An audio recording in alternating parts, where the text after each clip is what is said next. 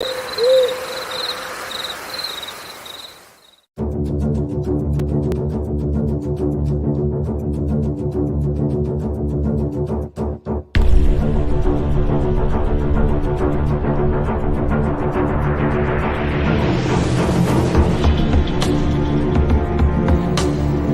we need some outside universal threat to make us recognize this common bound. I occasionally think how quickly our differences worldwide would vanish if we were facing an alien threat from outside this world.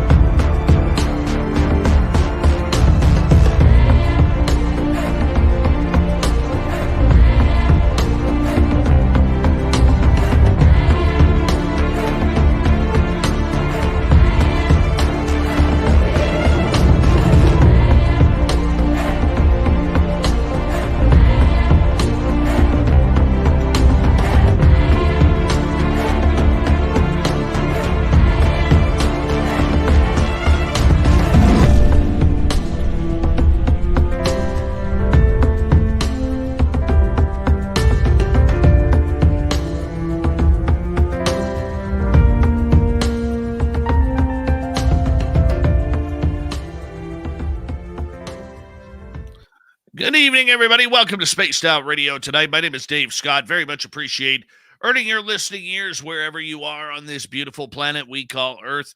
We got a great show for you tonight. Sarah Grace is with us. 15 years she spent as a paramedic and helping people with her psychic intuition through all sorts of trauma. This is real life stuff we're going to talk about tonight. I know you can barely see me because I'm wearing camouflage, but don't worry. I promise you, I am here. I am actually right here, right in front of you, and you won't be able to see me because of my great camo that I'm wearing, but that's okay. That's okay. Let's say hello to everyone in our chat room so far before we fire up tonight's show. Let's see. We got Race Fan in the gold medal position, Roy Boy taking home the silver, and Human Carl, a great veteran of the United States Air Force, taking home the bronze medal tonight. And I'm going to tell you right now, it's going to be a great show with those trio sitting 1, 2, 3. Let's move on here. We have Kurt M. How you doing? Brown Dwarf.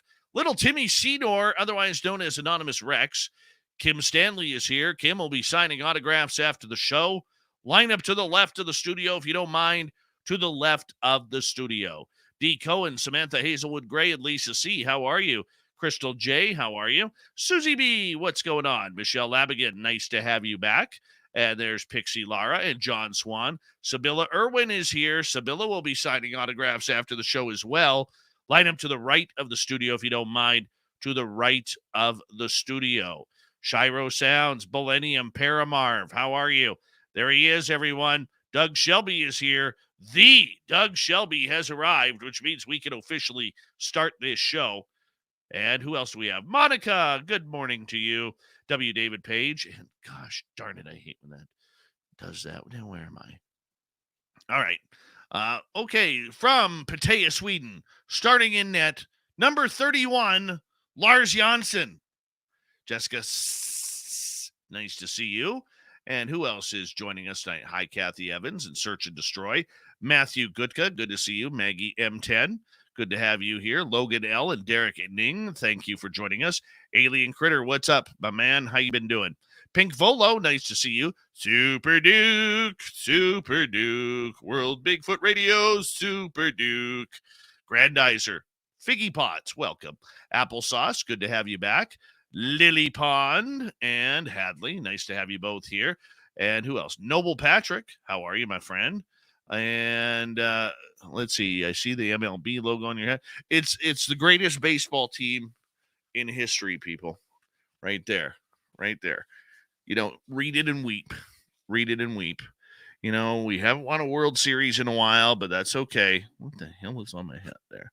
Get that off. But it's a beautiful day anytime you're a Yankee fan. Wee Runa, nice to see you. Penman, Jeff Steve Garvey, he'll hit a home run for you. And who else do we have? Lo and behold, good to have you back. Travis DeLuca, nice to see you. And let's see, Jorgen Johansson from Per Finland. No, he's not from Finland. He's another beautiful Swede. He'll be starting at left wing tonight wearing Per Olav Brassar's old number 16 for the Vancouver Canucks. All right, Cosmo Fang, nice to see you. Von Patrick, good to have you here. Sagittarius Dad and Marty Burback, nice to see you. 405er, thanks for coming on in. Let's get the radio side started, shall we? Stockholm, Sweden. That's where Jorgen's from. Stockholm.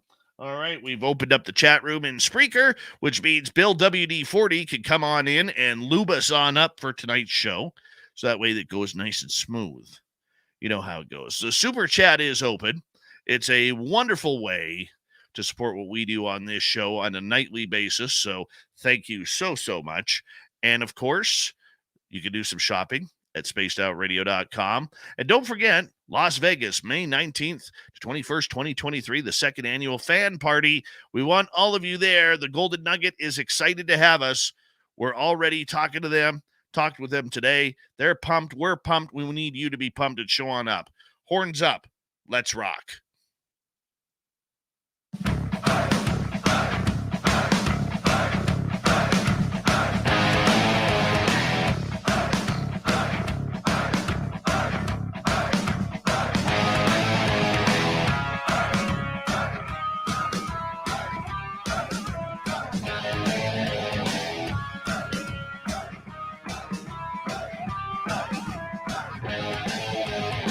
From the mountains of central British Columbia to you listening around the world, this, my friends, is Spaced Out Radio. I am your host, Dave Scott, sitting in the captain's chair of SOR headquarters. We welcome you to tonight's show on our terrestrial affiliates around North America, digitally on Odyssey Radio, TalkStream Live, and KPNL. All of our archives are free. Join us at youtube.com/Spaced Out Radio. Do old Davey the favor, hit that subscribe button.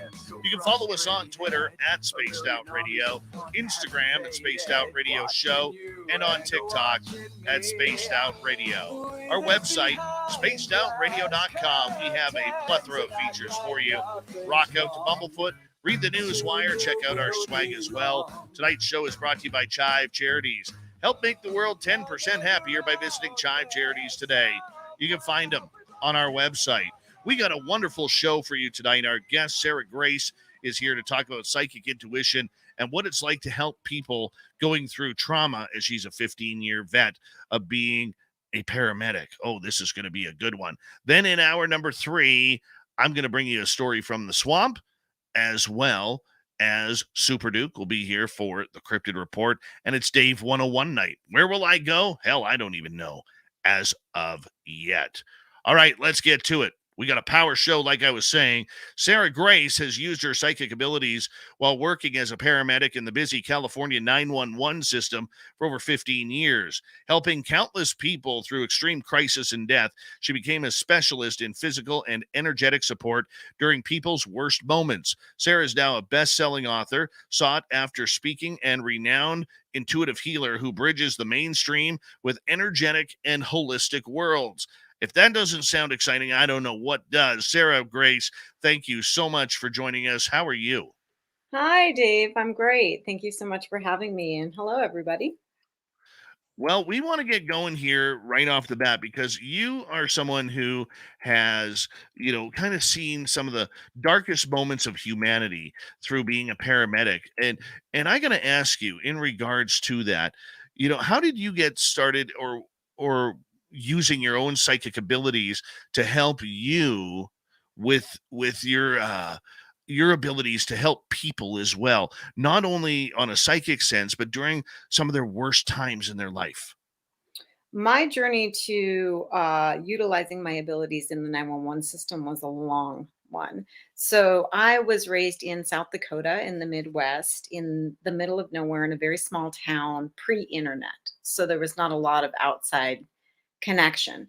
And my family situation was very unstable and I didn't have a lot of support structure. But when I was 7, one day I woke up and I could just start to see auric fields and colors around people. So it all began for me at the age of 7 and increased over weeks and months to where I could feel their feelings or kind of, sense thoughts, and I could see disease in people's bodies, and eventually began to progress into being able to see spirit. And when I finally came forward and said something to my family, because I'm just a kid trying to like be normal like anybody, unfortunately, I was met with the hellfire and brimstone, the fear, like, don't ever talk about this, we'll send you away. And so just being a little kid out in the middle of nowhere, just wanting to fit in, be accepted, like I developed a sense of toxic shame at that moment. I was like, oh my gosh, what's wrong with me? Like, why am I like this? And nobody else is like this.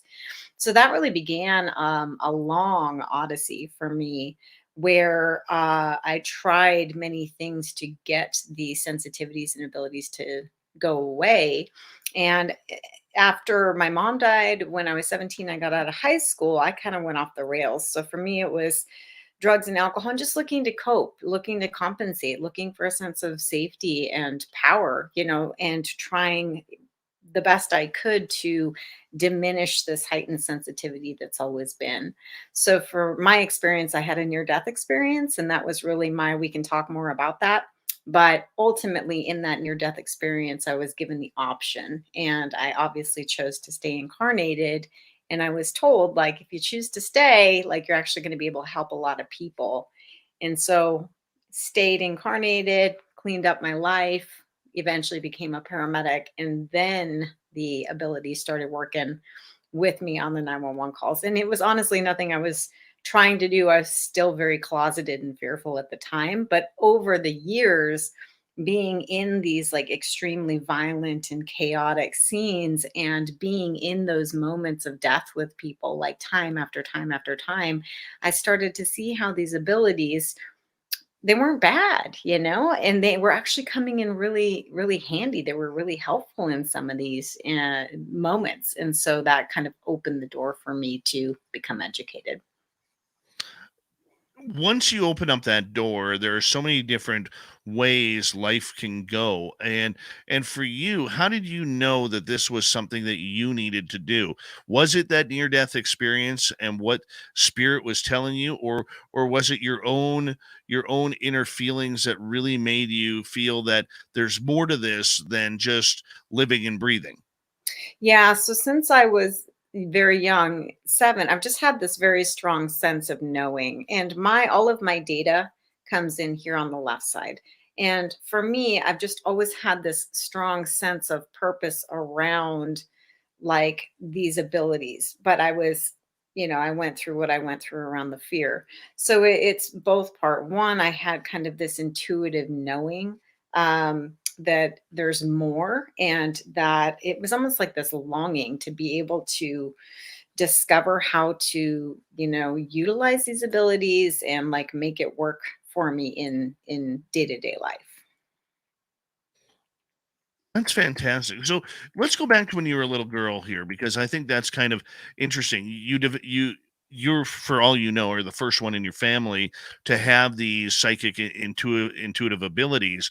And when you started noticing what was going on, that you were a little bit different, you mentioned that your family kind of, got a little upset because, I mean, look, there's a lot of families who don't want that in their family. I know my family is like that, Mhm. and that breeds down from my mother's side of being coming from a very highly Christian sect of the Mennonite church. Mhm. Okay. So, I mean, and yet we all know my mother was psychic, or Right. is psychic. You know, she just knew things that Mhm. nobody should know. But it was never really talked about. So for you growing up, having this ability and then having to tune it out, I mean, what was that like for you? God, it was torturous. So not having an understanding of why my perception was so intense, and just a really being able, for me, my primary is clairvoyance, so really being able to see the general fields of emotion and medical, so whatever, just being able to see, and then feeling so deeply, it was just being awash in this like really intense experience, and then not having safety or structure or like backing or support. I really, was in a spot where I was obviously, needing some help and support. And it's been so amazing. Like I get it now, like looking back, how I went through everything that I went through to prime me to be able to go into the service of the 911 system and get into those really dark crevices, like some of the darkest aspects of the human condition and humanity. I was primed for that growing up, but it wasn't a fun experience, you know. Fortunately, now we have, you know, internets, and it's so much more, there's so much more knowledge available, and it's, I think, so much more socially accepted than when we were growing up. Oh, very true. And I think these younger generations coming up, like my kids' age, or probably your children's age, they are way more open to Oh yeah. finding their own spiritual path and their own spiritual personality. I Mhm. mean, it makes life a lot easier. You have put all of your experiences into a book that's out right now that can be found on Mhm. your website, sarahkgrace.com, called Mhm. Journey into Grace: Real Life Stories of a Psychic Paramedic. Why did you feel it was important to take all of these stories that you grew up with and all of these stories that you found during your professional career into a book for people? So I kind of had, again, this knowing, and I went through my rebellious phase and I didn't want anything to do with it. And then I became a paramedic and I still didn't want anything to do with the abilities, but they just started working through me on these calls. And then I went through all of these experiences of death and trauma where I was able to see, like, so many things that a lot of people in the day to day life, like, you know, oftentimes you don't experience. You don't want, a lot of people have never seen somebody die, you know, and what that looks like physically and energetically, what happens in those moments. So intuitively, I had always kind of known that I had kind of a dharma with bridging the mainstream and the energetic and holistic world. I just had to go through my own kind of reckoning and coming to terms with and becoming empowered with my own abilities before I could get to the point where then I could put it into form. And so I got to tell you though, so in the 911 system, it's all out type A, like alpha male, right? SWAT dudes and cops and fire, and like I loved it. I really fit in that. And so even in the first, you know, probably 8 years of being in the field time, I still didn't want to say anything about it. I still didn't want to be the weird, you know, girl who sees dead people, because I'm around. I'm finally socially accepted. I'm finally in this esteemed position, and I was scared to compromise that, but people could feel it on scene, even though I didn't have an understanding at the time of what it was that I was actually doing. I was just kind of intuitively being led, and just like my experience on a 911 call is that everything would slow down, and very much like matrix, like it would crystalline. And my tell for death was always tasting metal. And so everything would just expand, and the time would slow down. I'd go into this experience where I would know what was going to happen two or three paces before it did. And it became this really beautiful orchestra or orchestrated symphony in the middle of this really chaotic event. So ultimately, over time, once I got proficient and I finally got educated in the skills and I had some kind of understanding and semblance, then my guides were like, okay, now you got to write this book. And so honestly, I was still really scared because it was like all my, you know, shadow material and stuff was in there. And I was like, oh, I don't want to put this out there, you know, but intuitively it was like, it's time, put it out. And I'm so grateful that I did now, because there's just a lot of people that are resonating, you know?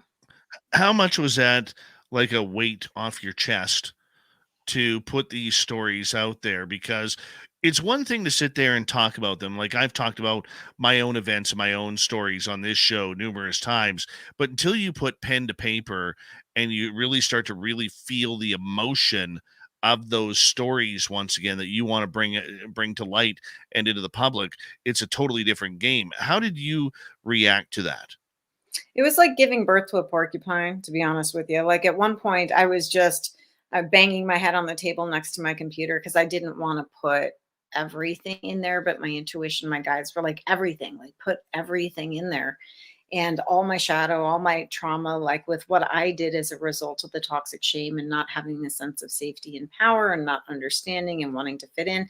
So all of that's in there. It was a very arduous experience going through the writing process because I had to relive a lot of the trauma that I went through as a child, in addition to like all of the different 911 calls that were pretty intense.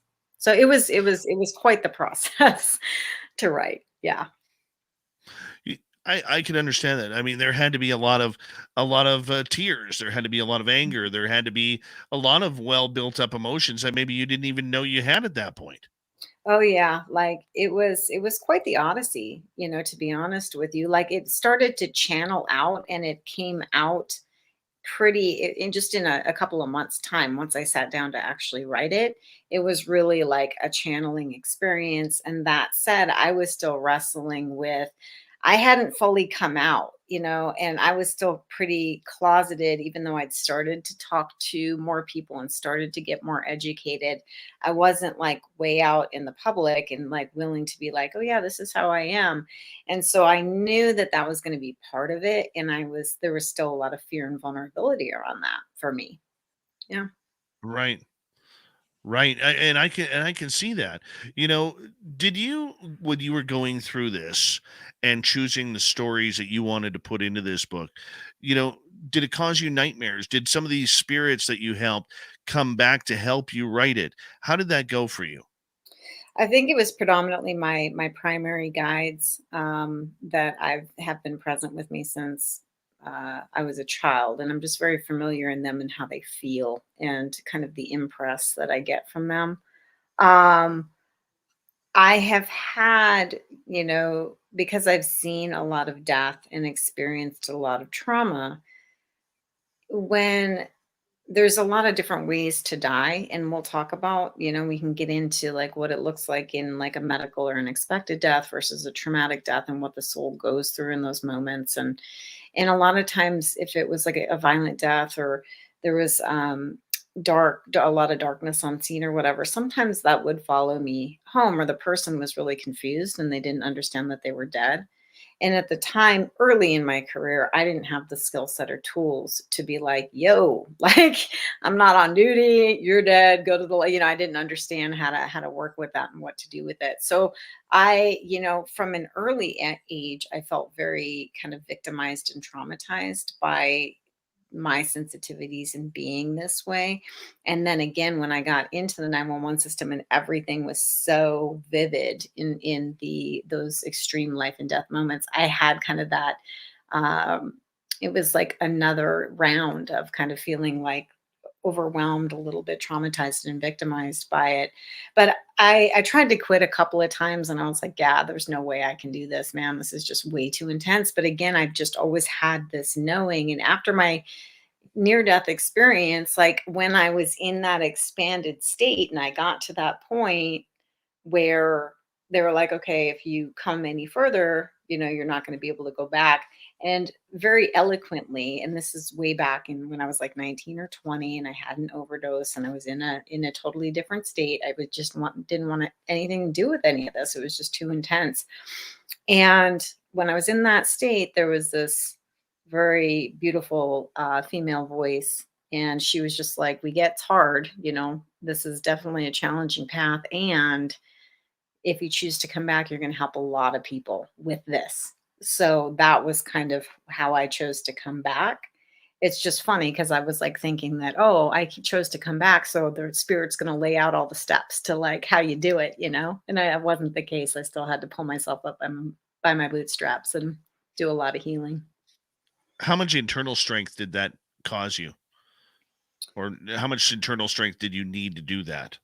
It had every ounce of everything that I had, and I really feel that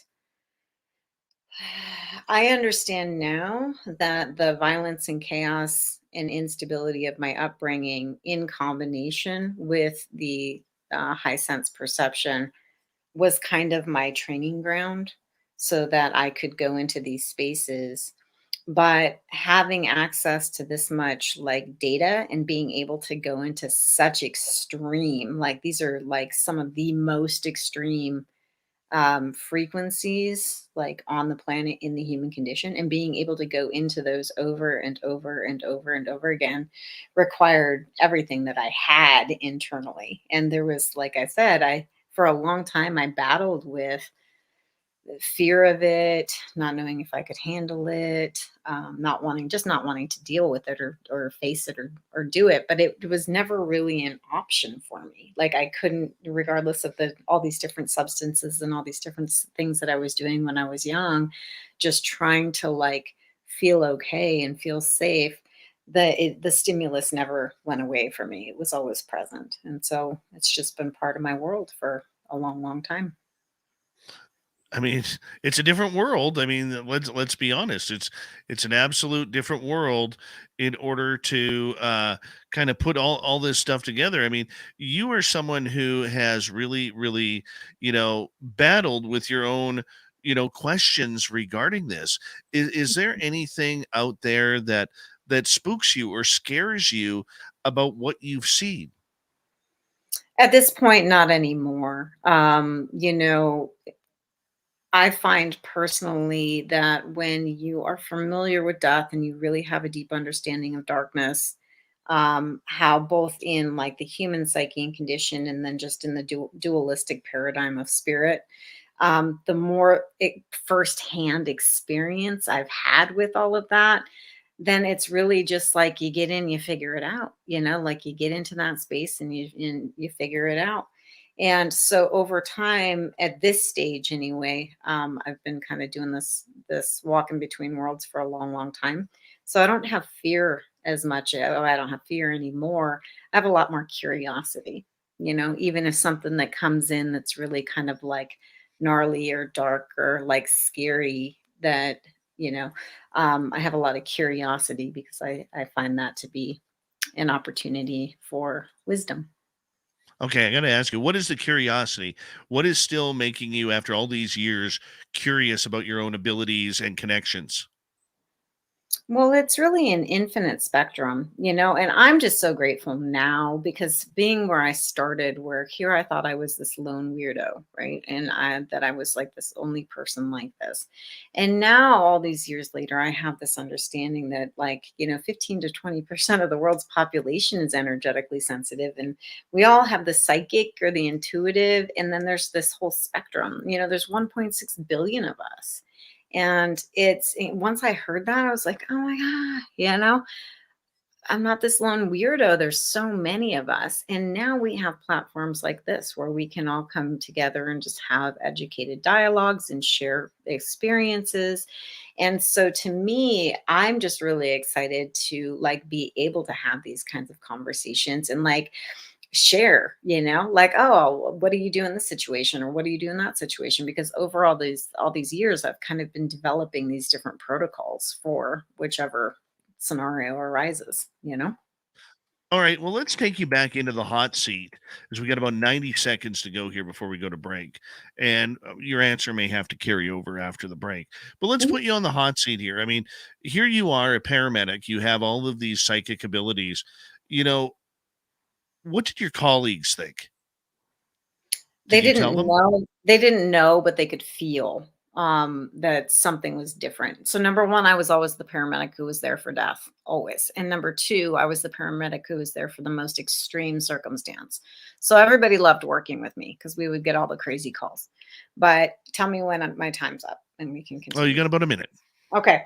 But essentially, they could feel whether it be the temperature or of the room shifting, or they could just sense that something else was happening on scene when I was there. And so there was more of a like, what are you doing? And I was like, I don't know. Cause at the time I didn't, I honestly didn't know. I didn't have the education or the tools to like be able to verbalize it to them.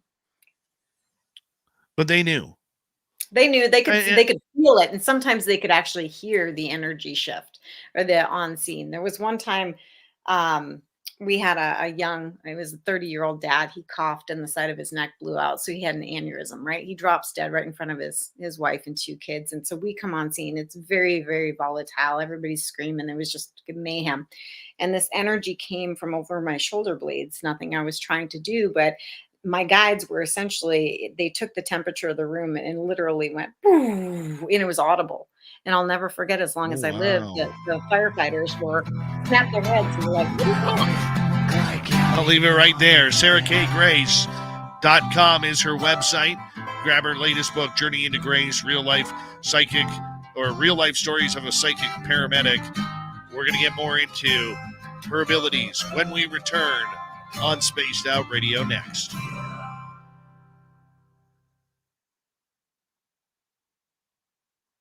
Your energy is fantastic. Thank you. It's been earned, man. I've been burned to the ground so many times in this in this life. I'm just kind of like, I'm just here. I'm just here to serve at this point. Have a good time, you know? Oh, this is a great show. This is a great show. I'm so thankful that you're here. Thanks. Yeah, it's great to be here. So you have radio ads running, or what are you doing? They're running, the radio stations will run the ads. Cool. I just hang out, say hi to people in the chat room, Mm-hmm. and kind of monitor everything. Mm-hmm. Do what I normally do, which is nothing. How wonderful that you have this. This is beautiful. Look how many people are here. Yeah, I built it from scratch. Mm-hmm. I remember 8 years ago, we were getting 10, 12, 15, 17, 9 listeners a night. And now this goes out to 7 radio stations, 3 internet stations, all the podcast networks, YouTube, Twitch. It expanded a little bit, which is kind of cool. So great. It's so needed. Yeah. It's just the ability to want to talk to people because oh, look at Javier here. Watching while doing my very last final. What's the final on, Javier? Or is it Javier? No, you're a Javier. That's a good catcher's name. Javier Almanza. Does that not say Major League Baseball catcher right there? Right. Oh, I bet you that guy could pick off somebody at second like nothing. That's a compliment, by the way. Nathan from the Quantum Show, how you doing? Good to have you back. Development and globalization. Very cool. Care to mention which school you're going to, bud?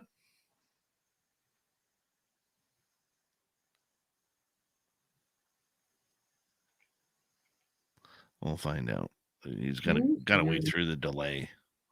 Oh, hi, D. Swiger. How are you?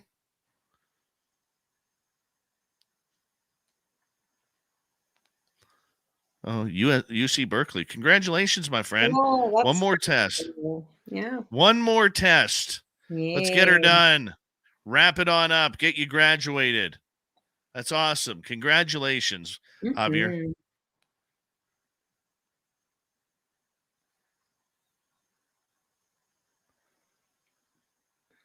This is awesome. Wee Runa says hello, Sarah from Australia. I see that. Hello. Figgy Pot said hello earlier. Thank you. Oh, yeah.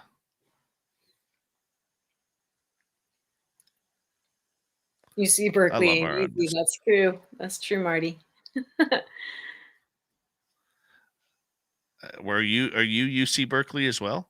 No, but it was in the Bay Area, very close to where I lived in the Sacramento area. So only an hour and a half away. So I'm very familiar with Berkeley. And they had a really old school, great psychic institute there. Hello, Mama Susan. How are you?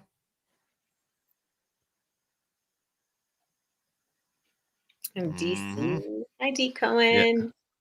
Yeah, that's our constable right there. Nice. Love him. Yeah. Ow. You know what? We have a lot of our listeners, and you and your hubby, if you want, May 19th through 21st, 2023, we are having our second annual Spaced Out Radio fan party at the Golden Nugget in Las Vegas. Crazy. And fun. You guys are more than welcome to come. It is It's a 3-day event where we're going to have just hang out with our fans, and we're That's going to so play some fun. poker.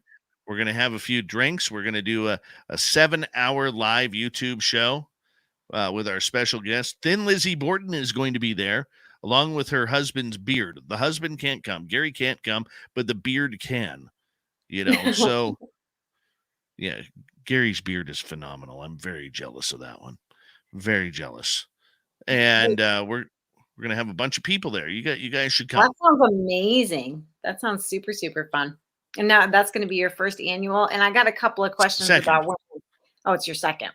Deb from SAC, Yes. I was in Folsom. And there was another person that was Dave asking about Davis and Sacramento areas. So I ran 911. I started in South Central Los Angeles. We'll talk about this. But then I was in Right. Sacramento area for a long time. Going to get you to hold on. We only got 10 seconds. Javier, we'd love to have you there that weekend. Super Chatters, Catfish, and Deb and Blue Cruise, thank you for kicking it off. Here we go.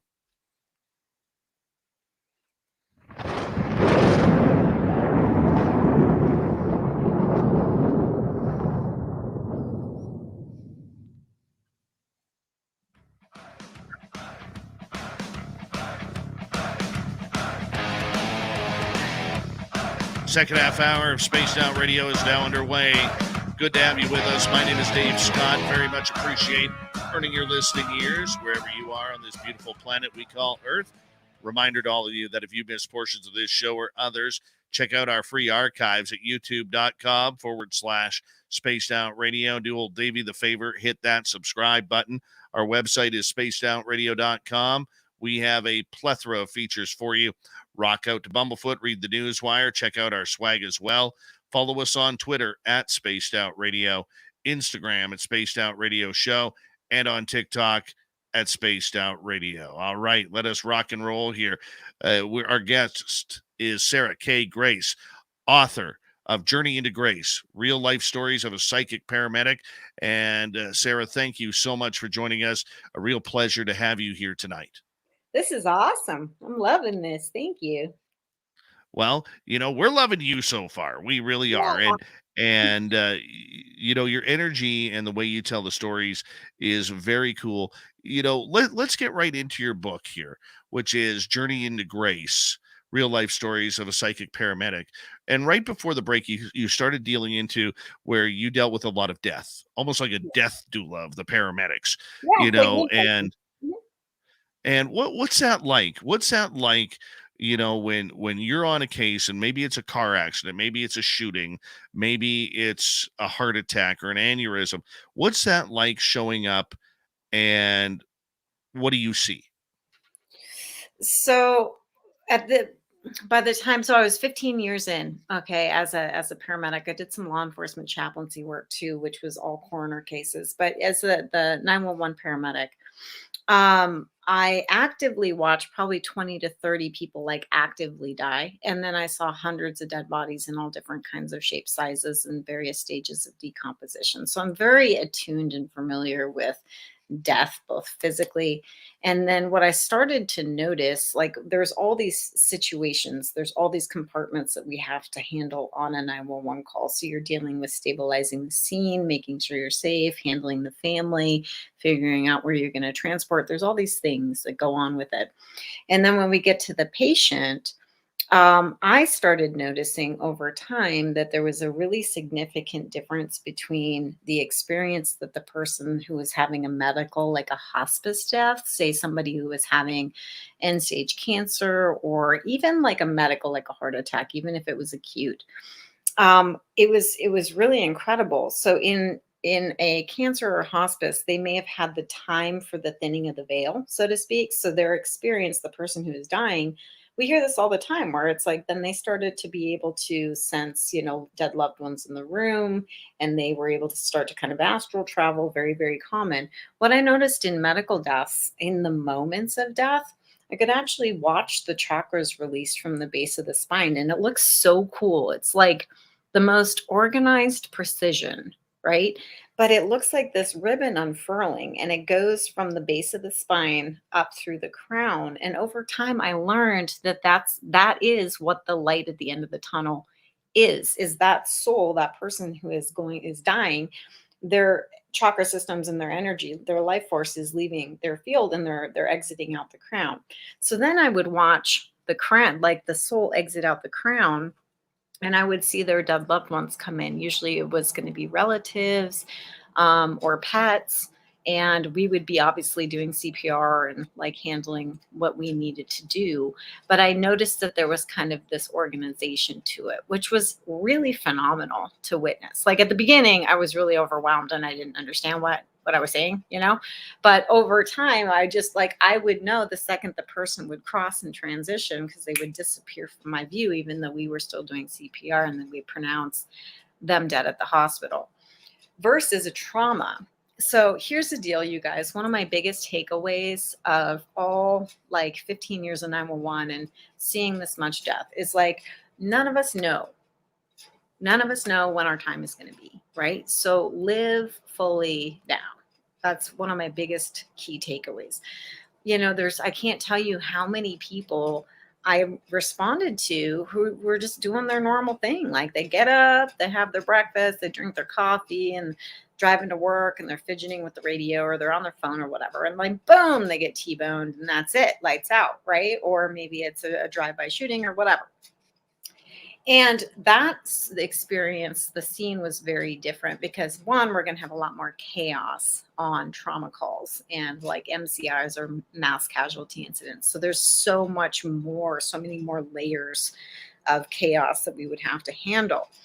But for the person who just died, their experience was significantly different, because just think of it. Here you are, you're cruising, right? You're in your car, you just got Starbucks, you're pulling out of the drive-thru, everything's cool. And the next thing you know, you're just knocked out of your body. And I can't tell you how many times I saw this, right? So I would come on scene and I would see like the body in the car, the body on the street.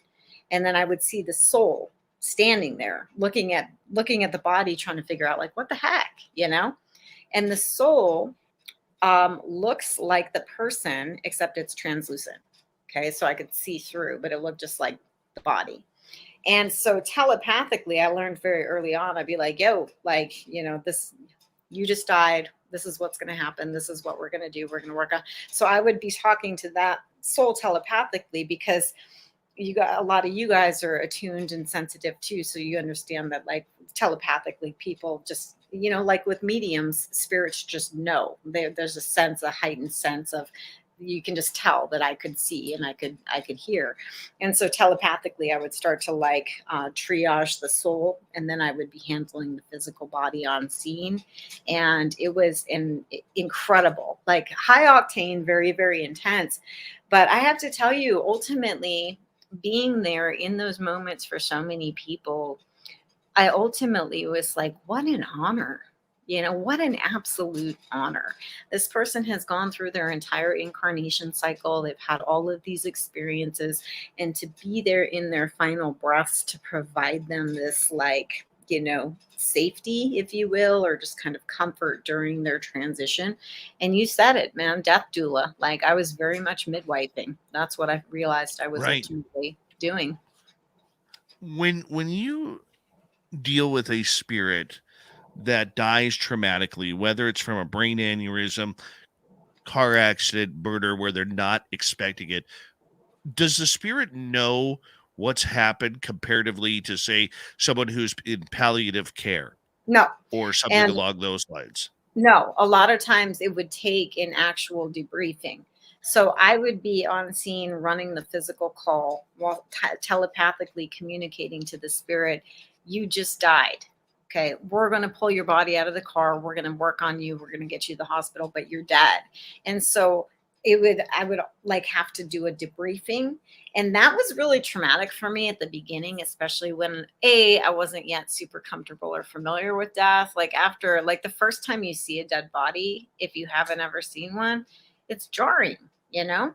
And it's such a mind bender. Like, wait a second, there was just a person in there and now it's just this form. It's a very bizarre thing. And so I had to acclimate and become accustomed to that. But the trauma deaths sometimes were really difficult for me, because I would literally see the soul trying to like grab into their body. Like they were trying to crawl back into their body. Even when I was transporting with lights and sirens and I'm starting IVs and sticking tubes in their throat and doing everything that I needed to do, I could still see that the the spirit was trying to climb back in the body. That was a lot to deal with, because ultimately I knew that they likely They were were not done. going to. Yeah. That they were done. I mean, I can understand the trauma. I've seen intuitively the trauma when a friend of mine passed away unexpectedly of a heart attack. And it's not a fun topic to talk about. But I mean, spirit on the other side, if they don't know or they're not prepared, how lost are they? Do they know where they are? Do they know what's happened? Can they feel what's happened? So ultimately, probably 9 out of 10 911 scenes that were traumatic, there would be an initial phase where it was just like me and the rest of my crew, and I'd be working with debriefing. But 9 times out of 10, celestials or angels would come to the trauma calls. And what I would see is I'm working on, the body, and it always started like fireflies. It was so incredible. So imagine there's like a crumpled up car and there's like flames or like saw and there's sparks and there's gasoline and blood and you're in this immersed experience, right? And all of a sudden it Yeah. starts like fireflies coming in, and then it comes into full form where a celestial or an angel would come on scene, and it would just blanket the entire scene with just this calm and this light. And what I would watch, and I watched this more times than I can count, is then the soul would, like, its attention would go to that, right? So it would go away from this. And then I would watch as the celestial would get like closer to the soul and begin to very gently kind of envelop. And it was almost just like turning into pure love. Like, and so I would watch these souls like turn into and then disappear with the celestials. So there was a lot of guidance home in that way that I saw. Um, and I have seen some MCIs, again, mass casualty incidents, where it took a little bit more doing. So there was a huge fire in California. There's always huge fires in California, but one that burned through an entire town a few years ago of Paradise. And it came on at like 5 or 6 in the morning, and it ran so hot and so fast, and it just incinerated like a whole town. So all these people are asleep in their bed, and boom, that's it, right? They didn't even know what hit them. And I went up to do some work there, and it was such an interesting sight because we went up to one of the trailer park areas that had the most deaths in one condensed space. And I could see, it was so eerie because now we've just got like little, like the piles of rubble that are kind of smoking, and you can still smell the ash and the trees and, the down lines.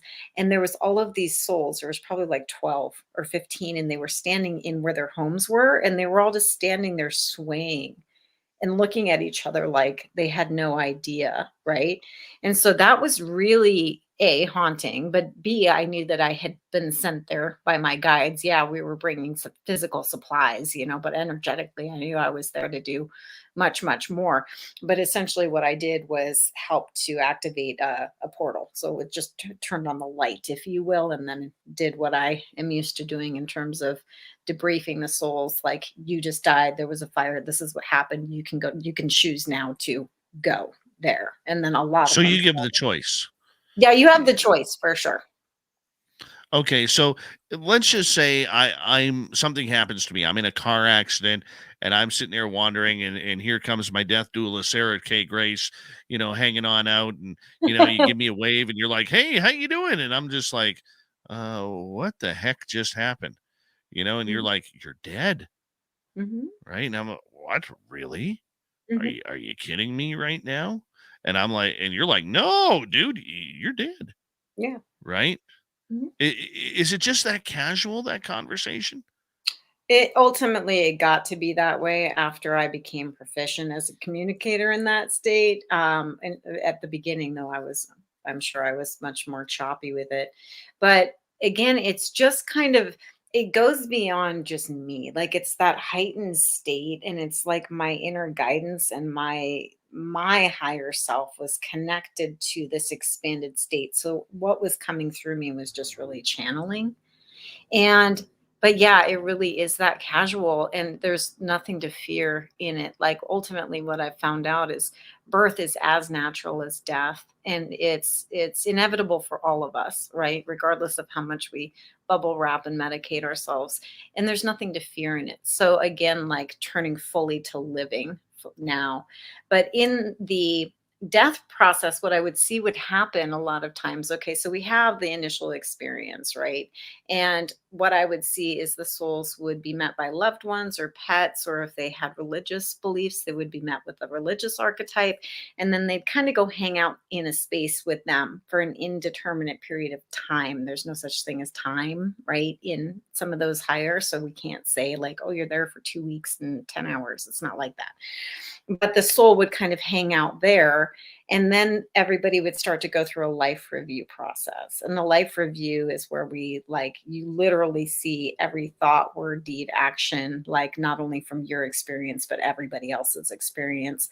And then it goes into other planes and dimensions. And so that is what I would start to see that people were experiencing. So I began to have a little bit more familiarity with the immediacy of the moment you take off the human form. It's like taking off a heavy coat. Well, what happens to that thread of consciousness? And that's where I started to kind of track and follow, and I got a lot of that insight. Now, for trauma, like the people that are really, really traumatized, that are like killed abruptly and it was super violent, they can't acclimate. They're not just going to be all like, oh, kumbaya, this is great. It takes a second for them to be able to like calm down enough. So a lot of those guys, I think that's why, I would assume that's why it was always celestial energy that would come in to just kind of envelop them and start to calm. But a lot of those guys were taken to, it looked almost like an ICU, but it was like these pods. And I can't even describe, because it was like the soul would be put in this little pod until it could stabilize enough or calm down enough to then go into the acceptance process and begin to greet family members and archetypes and all that kind of stuff. So there's a lot of different threads of what happens in the immediacy after death, but I'm very familiar with it. So pretty able to have that conversation. How long does it usually take for the spirit to realize that after you've told them they're dead, that they realize what's gone on? Is it a traumatic experience for them? Do, do they panic? Do they understand? It by the time, I mean, there's no set time frame, and everybody's situation is different. So there's as many ways to die as there are to live. Okay.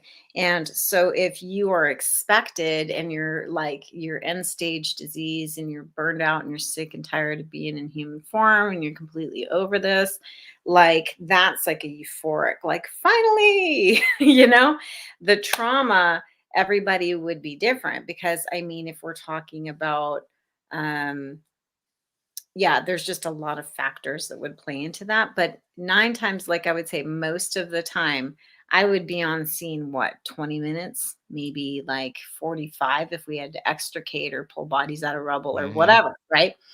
But by the time I got into either transporting or pronouncing them dead on scene and calling the coroner, we would have already gone through that celestial where the person started to go into the acceptance and the transition piece. So most of the Right. time, a few times I had a couple of suicides, and they were so remorseful and they would not go to the light, and they chased, like they came home with me, and it was a whole thing that I had to like figure out how to deal with that.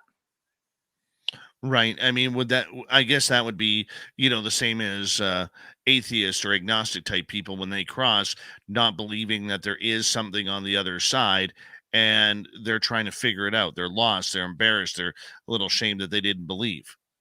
Yeah, and well, because you go into the heightened state and it's like all it is taking off this heavy coat. But your thread of consciousness, your belief structures, your likes, your dislikes, all that stuff stays intact, right? And there's a lot of people that feel like really attached to unfinished business here. And so they're just not quite ready to go. And sometimes with the suicides, like ultimately, you guys, everybody has the option to integrate. Like no aspect of divinity will leave a fragment of itself behind indefinitely. Because sometimes you Right. hear like, oh, you commit suicide and you're damned or you're messed, forever. It's not like that. But there are things around karmic balancing. There are things around like sometimes the soul has to stay for a certain time frame to be able to get a certain amount of what if it's karmic balancing or wisdom or whatever before it has the option to cross. So there's many, many, many factors that play. And again, it's not a one size fits all. Just like life is not a one size fits all. There's not like a uniform structure.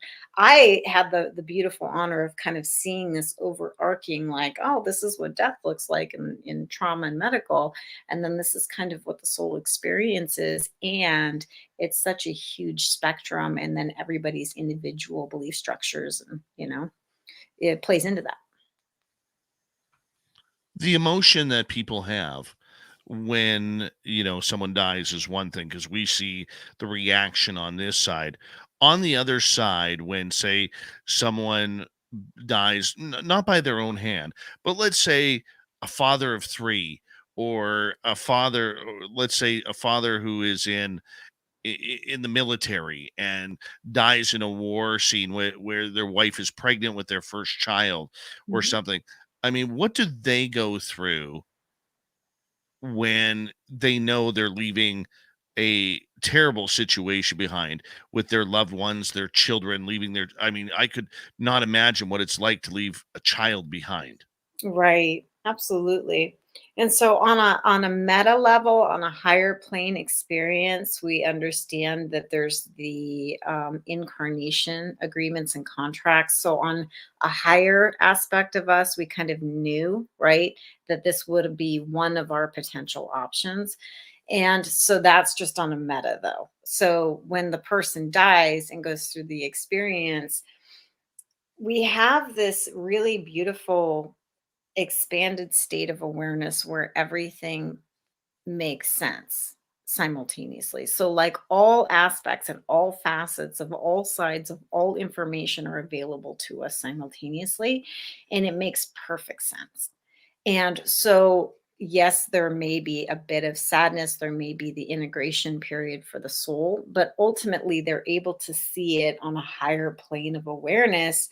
And they can even see, like, down the line, time wise. Again, time's not, but they can see how their exit karmically or was strategized for the soul contract. So if things make sense is what I'm saying. It's not like they're up there like feeling super terrible. It's like they may have this period of like, or, where they need to integrate and they need to kind of stabilize. But ultimately, when we get back into that cosmic consciousness and we all have that, or unity consciousness rather, and we all have that remembrance, it's like it's an indescribable thing unless you've experienced it. It's just everything just makes perfect sense. And you're like, okay. Well, and I can understand from that point of view because there is so much that we don't know about the afterlife. And, how much fear, as we get about 90 seconds to go, how much fear goes into those who have just quickly passed and not know? Do they panic? There's fear in the moments of death. So it can be uncomfortable to die, but it's temporary. And then once the body is shed, you go into more of an understanding and a euphoric state, and the fear dissipates completely. Hmm. I don't know how I would react to that. I guess Well, like just everybody think of it, else. it's like you're going through a birth canal, right? And it's like intense for the moment. Say you're being burned alive. That's going to hurt, right? Or you're falling to your death. You're aware. It's going to be scary for a second. And then you go through the actual boom where the matter and the soul release and they separate. And then once you have that sense of separation, like there's no more fear because you go into the expanded. So, say on 9/11, where people were having to make that horrific decision on whether to burn or whether to jump. and it just chokes me up even talking about that. But when those people made that ultimate decision to leap out of the building, were they gone before they hit the ground? Or when they like, would they feel hitting the ground? It's not like you would actually feel the pain of that because all of the matter just explodes and it's not like a sensory thing, but it's more the fear of the what's happening. But probably in that type of chaos, it's like everything is so prolifically expanded and heightened anyway. But I've literally watched people burn alive and it hurts to just Well, burn. well, let's continue it when we return in a very highly emotional conversation here on Spaced Out Radio with author Sarah K. Grace. SarahKGrace.com is her website. Journey into Grace, real life stories from a psychic paramedic is her book on her website. Hour 2 of Spaced Out Radio is next. Intense. I love this show. Thanks. Yeah, Love it. it's been a wild ride, man. Like it has been an intense journey for sure. I have I have through astral travel, um I helped my nephew when Mhm. he died Mm. of a fentanyl overdose. There's so many And right now. I helped a friend, and helping that friend, I'm not going to mention his name, Mhm. caused a lot of trauma in my life, to the Mm. point where all of my old friends think I'm a nut bar now and will Oh, not. Yeah. Like my best friend of 28 years told me to F off. no. I'm Yeah. sorry. So, this is a very touchy subject for me, Mhm. but in a good way, Mhm. because I know what happened, Mhm. to our friend who had passed and all that kind of stuff. But I'm just going to step away for a quick break. I'm going Yeah, to I'll put do the you same. back in the green room, and I'll bring you right back here momentarily, like that. And the rest of you just sit tight. We'll get right back to you here.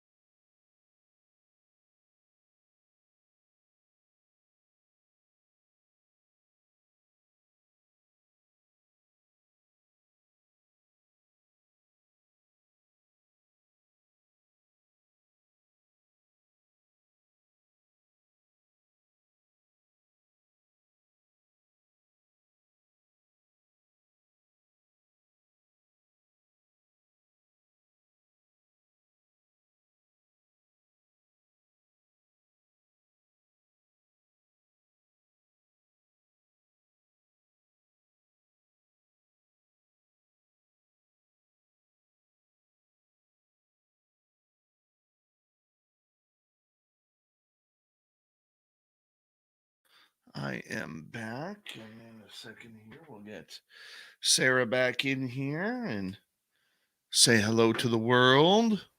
There she is. World. Morning Star, how are you? Let's see here. We do have some questions building up. Great. Let's see here. Sasquatch Omega, welcome. And let's see. That's it for right now. We got about a minute to go here.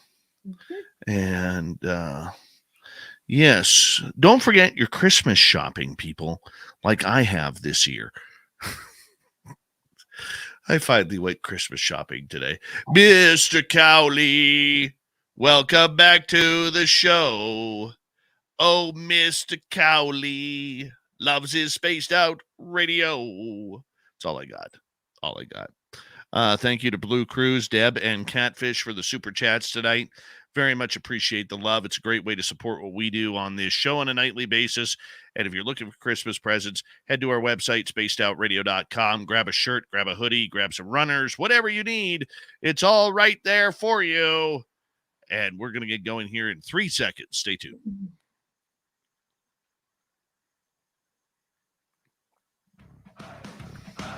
You're listening to Spaced Out Radio with Dave Scott. Follow Dave on Twitter at Spaced Out Radio and on Facebook, Spaced Out Radio Show. Hour number 2 of Spaced Out Radio is now underway. My name is Dave Scott. Thank you so much for tuning us in. We love you being a part of our listening ears wherever you are on this beautiful planet we call Earth. Hello to everyone listening in on our terrestrial affiliates around North America, digitally on Odyssey Radio, TalkStream Live, at KPNL. All of our archives are free. Join us at youtube.com/spaced out radio. Do old Davey the favor, hit that subscribe button. The Desert Clam has set the password for tonight in the SOR Space Travelers Club. I don't even know what this is. Yoko Sirius? Yoko Sirius is your password. I have no idea if I pronounced it right, but the Clam sets the password each and every night right here on Spaced Out Radio. Our website is spacedoutradio.com. We have a plethora of features for you.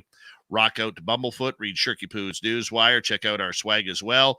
Follow us on Twitter at Spaced Out Radio, Instagram at Spaced Out Radio Show, and on TikTok at Spaced Out Radio. Author Sarah K. Grace is our guest tonight on Spaced Out Radio. She has a great book on our website, Journey into Grace. Real life stories of a psychic paramedic. Sarah K. Grace.com is the website. Sarah, thank you so much for joining us tonight. Thank you again for having me. I'm loving this conversation and this community. We were right before the break talking about the trauma of people leaving their body and not knowing what has happened. I mean, when that spirit, let's say is in a car accident and the body is just decapitated. Mm-hmm. Okay. Or you've seen it all. Mm-hmm. Okay. What happens to that spirit? Yeah. If they're trying to get back into their body, but knowing they're, maybe their chest is caved in or they're missing a head or they bled out because their legs are no longer there. Mm-hmm. I mean, what's that like? Talking to the spirit or seeing a spirit go through that?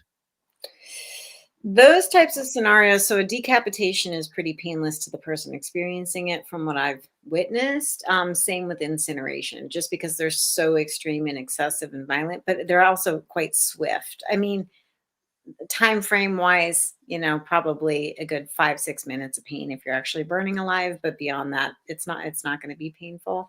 And then it's really, again, it just goes back to that heightened state of like helping them to understand that, they're dead, and then telling them what it is that we were going to do from the paramedic standpoint, while simultaneously helping them to understand their choice in terms of being able to potentially go with the celestial or just debriefing them. So it's really just communicating and breaking it down for them. Really? Okay. So does the spirit recognize what death is?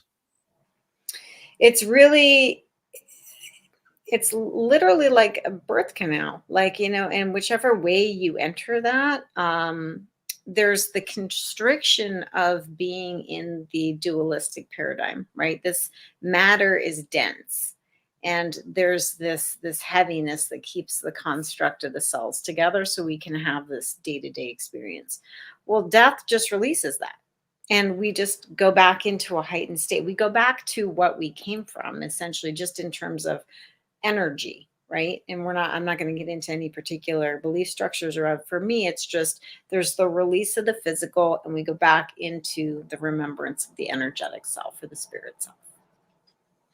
Okay. Uh, because with the state of confusion that one can happen, is it different for someone? And we touched on this a little bit earlier regarding, agnostic or people who don't believe.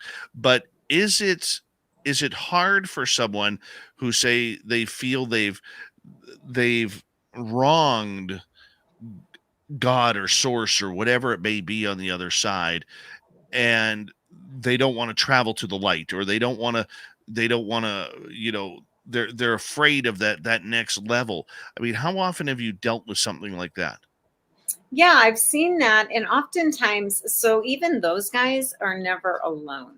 So there would be some sort of almost like a steward energy or spirit that I would say with maybe a suicide, or person that had tremendous remorse or grief, or regret. Okay. And they would be in almost like a room, but what it was the spirit was still being kind of debriefed, where it's like coming to terms with. So it's not, everything doesn't just happen at one time, like you leave your body and you cross. There's this process that kind of happens. And so for people that are really attached, or they have a lot of unfinished business here, there is kind of a prolonged time frame where they can remain in this realm without a body. And I saw this a lot in suicides, while their spirit got kind of the karmic balancing and got whatever it meant to get in this particular incarnation to cross. And so there's a lot of facets to it. Does that answer your question? Yeah, I think it does. I mean, there's a lot of factors that go into death. I mean, but for most people, including myself out there, the idea or the theory of death, knowing that it is inevitable, it, it sucks. Like, death is one of those topics that I can tell you right now in this moment, even having this conversation with you, that I'm starting to feel my anxiety build up Okay. because I absolutely fear death. Not because I don't I am a God guy, Mhm. okay, but I fear it because of the what if. Mhm. What if science is right? What if there's nothing beyond? What if it's just you're one and done? This is what gets my anxiety going. And I kind of like life. Mhm. Okay. I kind of like going outside and seeing the sunshine or the snowfall. I kind of like taking long drives in the middle of the night to into the forest to go see if I could find Sasquatch. I like traveling to wherever I'm going. But most importantly, I look at my children. I look at my children and I think, okay, I want to, I want to, be a part of absolutely everything that they're a part of. Now that I just became a grandfather, okay, 3 weeks ago, I look at my grandson and I'm like, I want to be around for a while. I Mhm. want to I want to know what this kid is like. How is this boy? What sports is he going to play? What's he going to be good at? What can I help him out with? My own son, the exact same way, and it brings me at times into absolute panic attacks about the thought of even leaving and Mhm. going on another destination. Mhm. Well, and honestly, Dave, what you're speaking is that's the majority of people's experience, and that's why I love having this conversation, so that we can kind of shed a light on, at least my experience and what I've witnessed with, and how it can kind of take away some of the fear, right? We as a culture are death phobic. We as a culture are not taught at all to embrace aging, and certainly not look at death, right? In other cultures, some other cultures revere their elders and look at the full birth death cycle. We as a culture don't. And so we don't have the educated conversations to kind of share and dispel some of that fear. And the anxiety that you're talking about, I think, is really normal, like, because having our sense of self is what we know, right? So once we don't have that, like, what is there? And it's almost too big for the mind. And so we want to try to control it, right? Which is why there's so much happening collectively, with fear and panic and things. And so just having that understanding, like softening the grip a little bit, having conversations about this, and then just remembering again, and it's why I try to bring it always back around. None of us know, none of us are guaranteed. We do know that inevitably we will at some point transition, but none of us knows when. So what are we doing with today? Right? What are we doing with today? And that's why I'm such a life advocate. So I love everything that you just said, because everything that you just said is it. Like living your life fully expressed and allowing yourself to go for your dreams and spend time with your family and go looking for Sasquatch and look at Aurora Borealis and like have all of your cool experiences. Like that's it, and then ultimately there will be a transition. And once we make the transition, again, things make sense. We can still see our loved ones. It's like a snow globe. They can see us. It's not like you're not going to be there. You'll be there, but it just in a different timeline, if you will. And No, so, I get that, but I guess it's kind of like you're there, but you're not there, mhm. and that's what bugs me. Yeah. And that's totally normal. That's part of the human paradigm. Like we want to feel safe and we want to feel in control. We want to feel like we know. And that's the limbic system trying to keep us alive. So it's totally understandable. Like just the idea of not being what I know or what I can control, that's totally normal. Yeah. All right, let's get to some audience questions here because they are building up. Let's start off with our friend Joseph here, who is asking, "What about toothaches and death? Any connection?" Oh, that's a phenomenal that's a phenomenal question. I don't personally know of anyone that's died of a toothache, but the teeth with the meridians, teeth are so important in our health and vitality, just as the same as the gut biome is like paramount in health and vitality.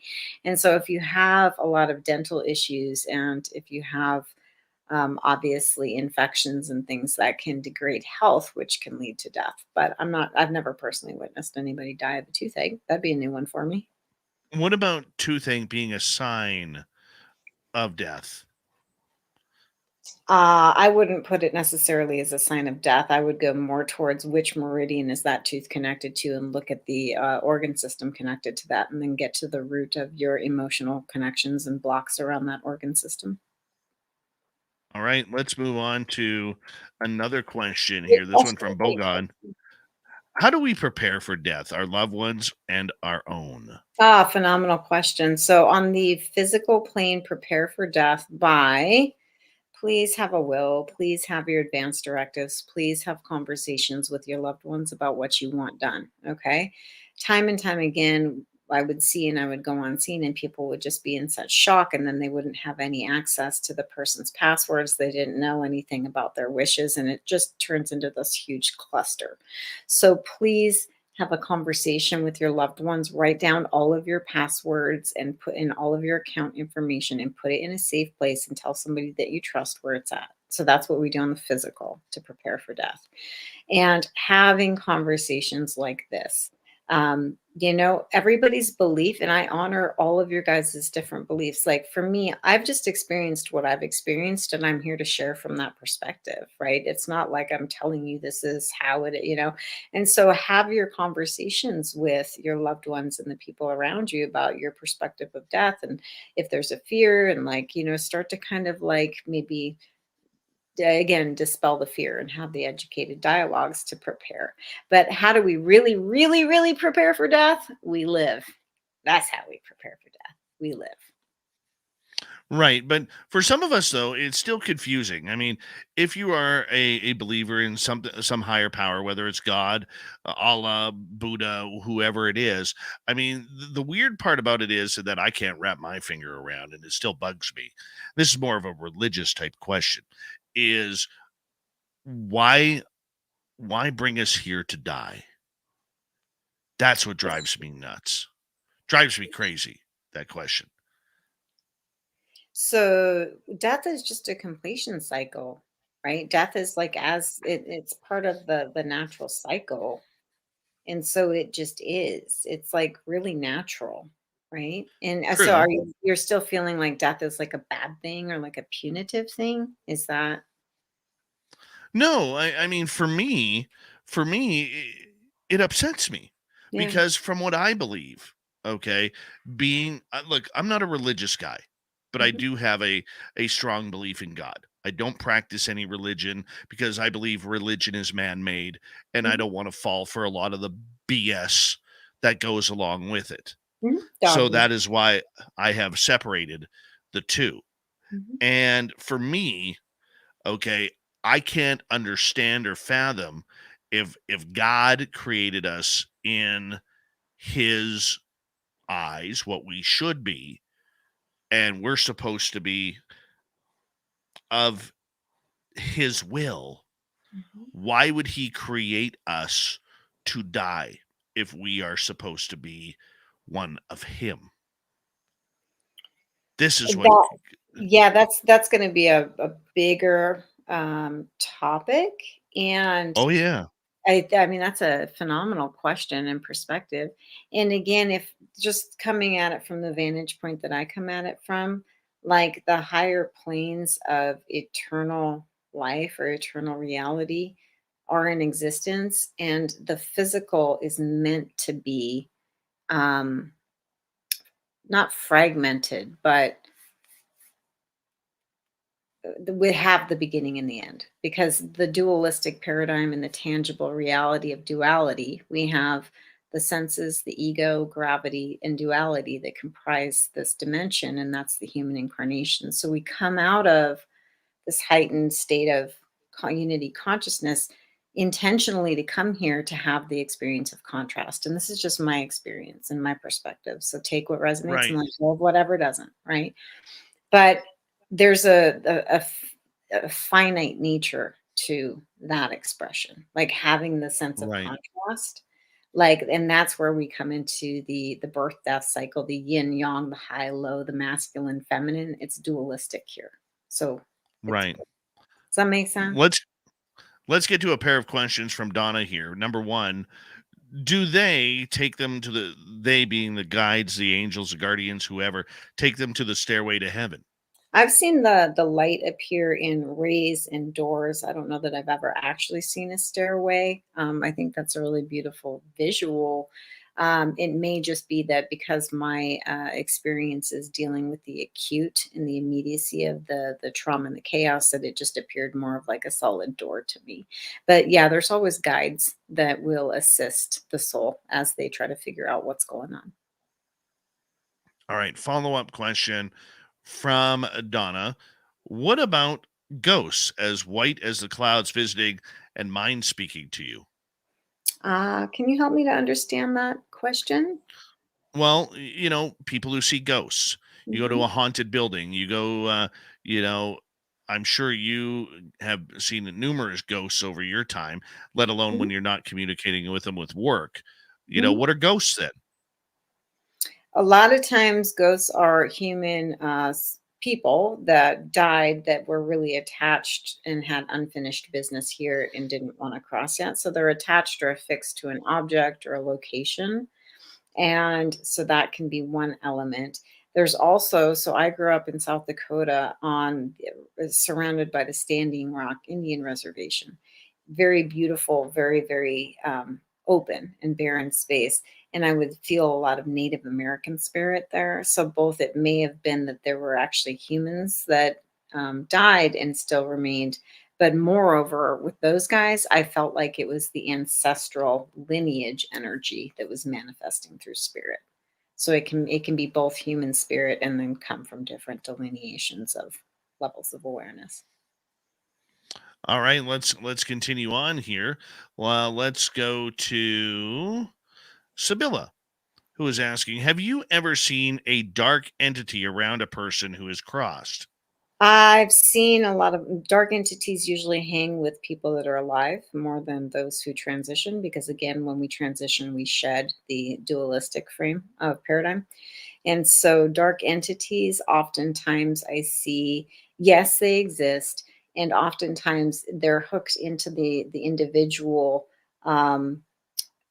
as a result, whether it's if there's a substance like alcohol, meth, heroin, like there's a lot of things that I would see entities with, oftentimes. And a lot of times people who had really unintegrated trauma, excuse me, and they were had a lot of challenge and trauma in their life and unresolved, fragmented psyche is what I'm trying to say. A lot of times I would see dark entities that would hook in there, but there's nothing to fear in even that. It's not like something that they might be siphoning some of your life force energy as a result of utilizing or imbibing in, if you're drinking alcohol, there's going to be energetic repercussions in addition to the physical repercussions with that.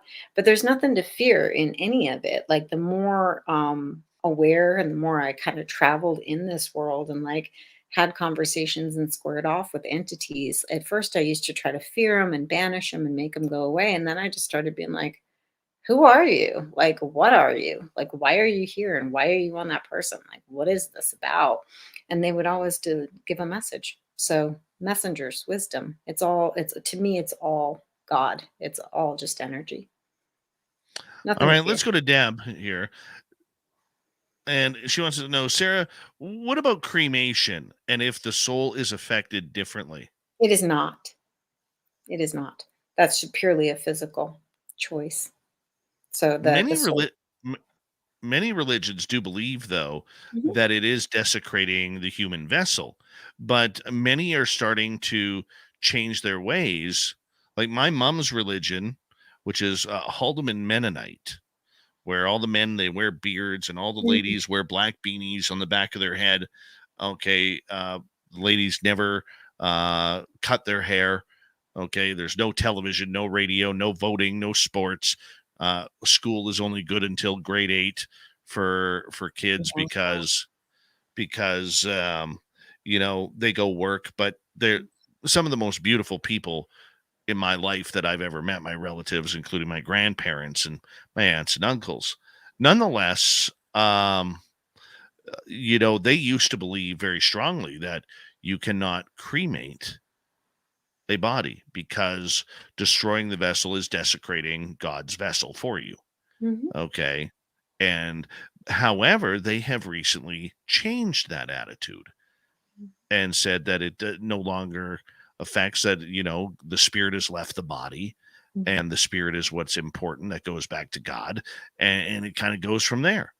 So Mhm. I'm actually quite shocked that many religions are actually changing their attitudes towards that. Mhm. And I'll just go back to your statement about how like religion tends to often be man-made concept, right? And so we're just dealing with different levels because ultimately the physical body breaks down, whether you're buried, everything decomposes, whether you're incinerated or it naturally decomposes. We go back to the earth regardless, right? Just Absolutely. in terms of the physical form. So again, we're just looking at the belief structure, and the belief structure of the human condition is one of the most divisive things, right? So it's like everybody's entitled to their own belief structure and whatever works for them. Awesome. Totally honor that. And I'm just looking at things from more of the energetic level. Sarah, I'm going to get you to hold on right there as we have Sarah K. Grace for another 30 minutes here on Spaced Out Radio, talking about death, talking about psychic, talking about dealing with people who have just crossed over. Her website, sarahkgrace.com. Her book, Journey into Grace, real life stories of a psychic paramedic. We continue with Spaced Out Radio right after this.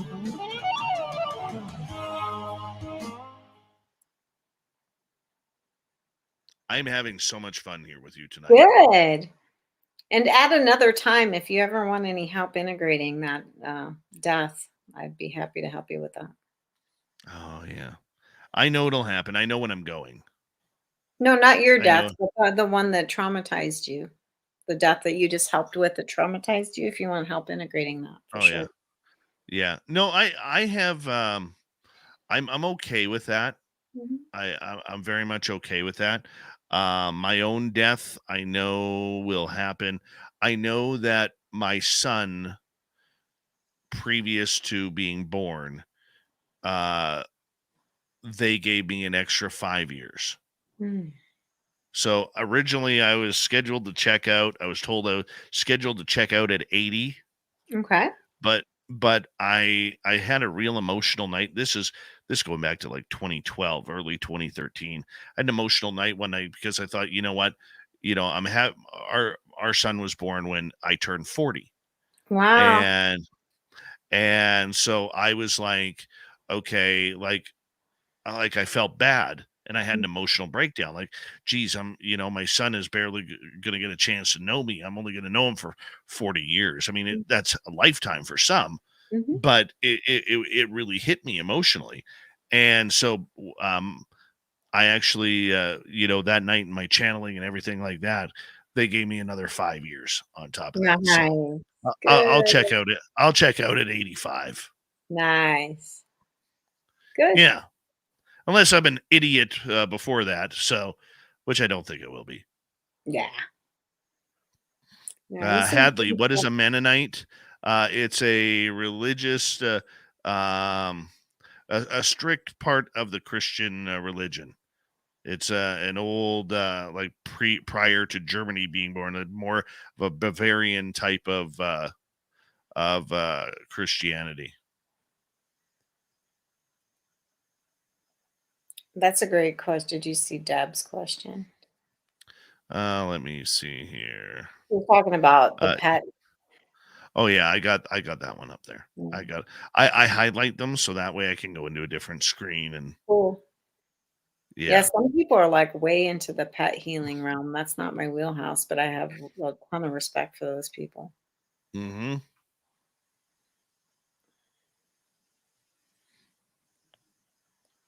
Let's see. There's a lot of Mennonites where I grew up in South Dakota, actually. Mm-hmm.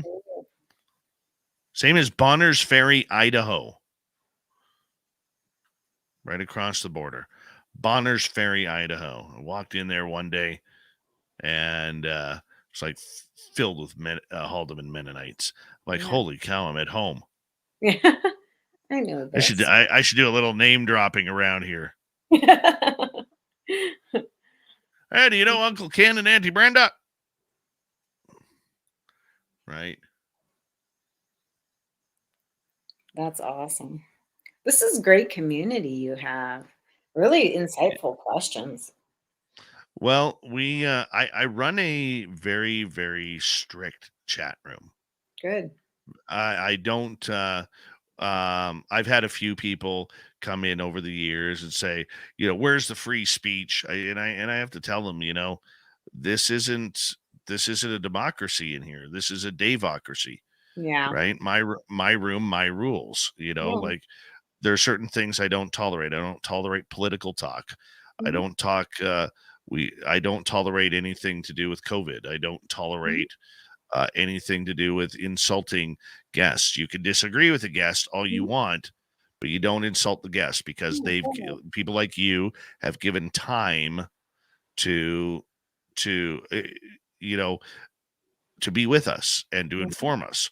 Whether the person listening believes you or not, that's their choice. Totally. They're allowed to disagree, but they're not allowed to be insulting. Mm-hmm. Okay. Beautiful. And just little things like that I don't put up with. So I appreciate that a lot because it's holding integrity, trying to Mm-hmm. like we don't put up with anything racial, anything superficial to knocking people's looks, their sexuality, or anything. We want this to be a community for all, because that's why we're here. Yeah. You know, this community doesn't care whether you're gay, straight, black, white, whatever religion you are, from Satanism to Christianity to agnostic. I don't care. My rules, my way. Hi, Logan Black and Rez. How you guys doing? And I got a few questions here. We're going to be busy right to the top. I probably got enough questions till the top of the hour. Thank you to Dr. Steers, Deb ×2, Blue Cruise, and Catfish for the super chats. Here we go, everyone.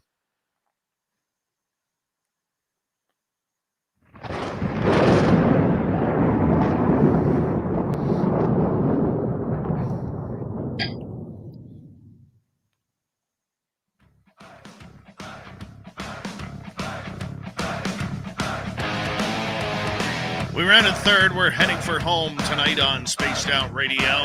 Good to have you with us. My name is Dave Scott. Thank you so much for taking the time. Want to remind you that if you missed portions of this show or others, check out our free archives by going to youtube.com/Spaced Out Radio. Do old Davey the favor, hit that subscribe button. Our website is spacedoutradio.com. We have a plethora of features for you. A plethora. My favorite word, plethora. Rock out to Bumblefoot, read the Newswire, check out our swag as well. Follow us on Twitter at Spaced Out Radio, Instagram, Spaced Out Radio Show, and on TikTok at Spaced Out Radio. For the final time, author Sarah K. Grace is here with us, and we are talking about death and psychic intuition to talk to the dead. People are like, man. Yes. She's got a great book on our website, sarahkgrace.com, called Journey into Grace, Real Life Stories of a Psychic Paramedic. And you know what? She's been there, done that all, being a paramedic for over 15 years. And Sarah, thank you so much. You've been absolutely amazing tonight. Well, thank you very much, Dave. This has really been a pleasure. I appreciate it. Well, we hope that one day you might come back. That's why we try and be nice. You guys are awesome. Yay! Yay! All right. I got a bunch of audience questions here for you. I want to try and get through all of them here. So let's start off with Joseph, who is asking, how can we choose to ascend instead of reincarnate at the time of death? And I agree with this, because Lord knows I don't want to be a baby again. I don't want to go through the teenage years again. I was too much of a zit face this time around, man. I don't want to. Yeah. And again, these questions are phenomenal. These are some really large questions, and we can get into different aspects. I know in some religious beliefs, I believe it's Buddhism, or we're in the moment of death. If you're super lucid, there's an out, allegedly an out, where you get off the wheel of cyclical incarnation in the human form. That's one thought and belief structure. So what I think is important to understand, you guys, is we as a human species tend to be very earth-centric, and we tend to think that we're just reincarnating here. And that it's like a singular experience that we go over and over and over, and it's just here. But that's not the way it is at all. There's actually thousands of parallel lives that are happening simultaneously in various levels of realities. And so I get the desire not to come back here. Believe me, this is a pretty intense place to incarnate into. So I'm just going to say, I don't personally know that there's a certain way that we can choose to ascend, aside from, again, when we shed the body, we automatically ascend back into unity consciousness. We go through kind of the hibernation phase with the religious archetypes and the family and the pets from this incarnation, go through the life review. And at that point, a lot of the data from all of our parallel lives goes into an oversoul. And from that point, I believe we have the choice to whether or not we're going to take a break or incarnate back into. But that's just my little experience from some of my travels out there. I'm not going to say that it's a finite set in stone thing. Well, there you go. There you go. Let's move on to another question here. This one from Donna. What if that floating ghost says he has plans for you. Sweet. What are those plans? Ask them. I like to. There's nothing to fear in any of the spirit or the entity stuff, even if they get all poltergeisty. Ultimately, they really can't. They can do things to help to mess with your own psyche to get you to hurt yourself, but ultimately they can't really hurt us. So they're just be curious, like, what's up? Like, who are you? What do you want? Why are you here? Do you have a message for me? What are your plans for me? And then ultimately remember that you have choice and personal power. And so even if somebody's trying to cast a spell on you, if you don't buy into it and you're really dialed into your own energetic field and you're really strong in who you are and your sense of self, whatever they're projecting is just going to fall off. So just be curious and ask the ghost what's up. All right, let's go to Deb here. What about pet souls and their transition? Have you ever dealt with that? I have not, and I thought this was a brilliant question because I know there's a lot of healers that are specialty in like the animal field and realm. I haven't. The only experience I've personally had is watching as somebody dies, their dead pets that were obviously beloved come to greet them. But that's really my own only personal experience with it. I just lost my kitty like 2 weeks ago after 6 years. It was very sudden. He had a stroke. And so he came to me in a dream 2 nights in a row and showed me that he was happy and playing with friends. So there was a little bit of integration for me in that way. But I wouldn't be able to speak to any firsthand experience about like the process that the pets go through. Yeah, no kidding. Okay, let us continue on here. Let's go to Mr. Catfish, who is asking, what do you know about the Greys? Where do the aliens come in on this? That's another one that's not really my wheelhouse. I know they're ancient and they exist, and that's going to be more of the cosmic construct stuff. And to all of those people, like I love these channels and these people who are super connected to all of these different with the UFOs and the aliens and all of that. That's just not my wheelhouse. I've been down here in the trenches with the human condition. So I don't know a whole lot about the Greys, to be honest with you. You've never had any alien type of experiences while dealing with the trauma? You've never seen aliens around? I've not necessarily in like the paramedic curriculum or the life or death. I think I was there for a certain function. When I was going through my own healing phase and I did a lot of shamanic work and healing work on myself, I did tremendous amounts of expansion work and have seen a lot of different species, if you will. But it was really for me, I was just kind of realm hopping and exploring and kind of getting to know what else was out there. So you got some aliens, you just haven't admitted it to it yet. Maybe I've had little touchstone experiences, but the bulk of my experience and familiarity is over here. All right. You're in alien denial. That's what we'll call it. Alien denial. Yeah. I'm open, man. Dude, I am open. All right. Let's go to Sasquatch Omega. My best friend suddenly died at 28, and he came to me a few days later in a very lucid dream to comfort me. I feel strongly it was really him. Is this something many people experience? Yes, and it was really him. It's the one of the easiest ways for them to communicate is through the dreamscape because the egoic infrastructure in the mind is out of the way. So it's really easy for them to just come in and communicate. Like I just shared, my cat did it, right? Very, very easy. So when you have that impression and you sense that it's really them, it is for sure. And yes, that is very, very common for people to experience their loved ones who just passed in dreamscape.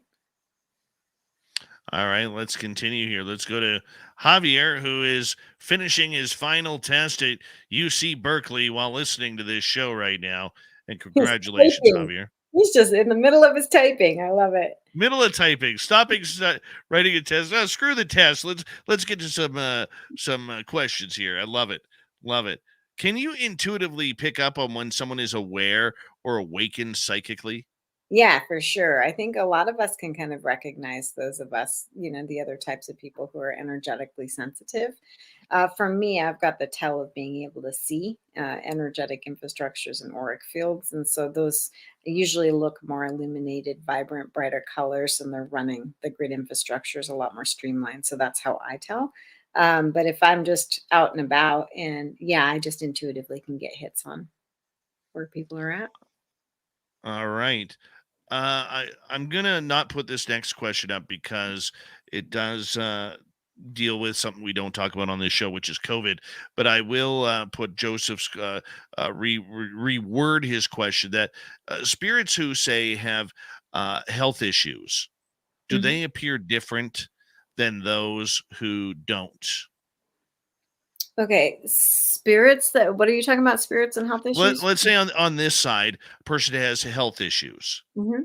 They die of health issues, whether it's poisoning, whether it's maybe something, some type of medical disease that they Yeah. were born with, whether it's cancer. Do they show up different on the other side No. than what they do look like on the human side? Oh, yeah, okay, I get it now. I was like, I'm tracking, I'm tracking. Oh, there it is.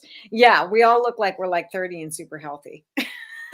It's awesome because we just like reboot into the most vibrant aspect of the form of this incarnation. And again, even in you guys, the way that I like to look at things is just remember your power. Okay, in this life, there's a lot of stuff that feels like it's really out here and it's out of our control. But ultimately, the more we go within, the more we connect, the more we learn to run our own energy and navigate our own, like be witness to our own thoughts and beliefs and all of these things and our emotions and all the things, the more personal power that we have, then we start to understand like the wisdom in all of this. And so disease, and even trauma and addiction, those things aren't necessarily bad, right? Because there's a lot of wisdom, there's a lot of experiential wisdom that we go through as a result of going through trauma and addiction and disease process. So I just wanted to add that because a lot of times it's like we get in this life, it's really hard, it's not super fun. And then there's health issues, and then there's all this chaos, and it's like, oh, this feels really bad. It's deep, deep, sharp contrast, and all of it is helping us evolve individually as souls and collectively as a human condition. So, Makes sense. mhm. Makes complete sense. Okay, let us continue on here and go to Jorgen in Sweden. What do you say about our soul walk? Can we have been in both female and male bodies before? Yeah, we've all okay. So this is you guys' questions are all awesome. I love you all. So yes, the answer to that is yes. We have all done kind of it all already. And so we're incarnating here, and it's a linear like identity, thinking that like I am male or I am female. When we're in higher form, it's androgynous, just like a lot of the celestials and angels that I would see are androgynous. They weren't male or female, they were this really exquisitely beautiful combination of both. And when we're in higher states of consciousness, yeah, we have definitely been both before. We've been everything before, kings and queens and paupers and all of it. Excellent. All right. Let's go to Steve. Sarah, what's your opinion on cremation, please? I love how this is a thing for you guys. I my opinion on cremation is if that's the person's wishes, then go for that. What that person wishes for. Yeah, it's really up to the individual and their belief structure and their viewpoints. I want Very to be cool. cremated, if that's what you're Me asking. too. Yeah, I want to be Me cremated too. and like thrown off at a mountaintop into the air. I have one rule that I've written down that when they put me into the crematorium, I will be What's wearing your my rule? favorite I will be wearing my favorite hat. Nice. I don't want to I don't want a suit. I want a t-shirt, shorts, and no socks because I can't stand socks. Legit, Okay. really? You can't stand Oh, socks? You must have one now feet. oh no, living up here, I have to wear socks. Yeah. Okay. So I like funky socks, but if I'm in a nice warm place, I never wear socks. Okay. Right? Never. So and then as I'm going in, they have to play Guns N' Roses Paradise City. Yes. I love it. That is my rule. I That is love my it. rule See, I that love your I love your when I'm clarity. going in, I'm going out with Paradise City, you Perfect. know? because That's won't like you such a please take me home? that's such a boss way to go. I have to just tell Oh you. yeah, Such a boss you way got to to be go, in control. You got to be in control of everything, right? right? Let's get to Hadley here. After someone dies, what's with the dungeon door slamming sound that some people hear? I honestly don't. I'm not familiar with the dungeon door slamming sound. Is there anything that you guys have talked about before that I'm not No. like? So the only thing that comes to mind when I read that question is like there's an audible pop when the soul disconnects from the physical form that could potentially sound a little bit like a slam, but I'm not sure. Dungeon door slam, and I love the sound of that. I'm just not familiar with it. Right. One of the things that I have learned, as we got about just under 9 minutes to go here with you, is that many people who work in hospice, although they are not allowed to admit it, they know when someone is getting ready to pass. Oh yeah. They'll walk into a room that's empty except for the patient, and the patient will be talking to loved ones on the other side, or friends, or whomever they are speaking with on the other side.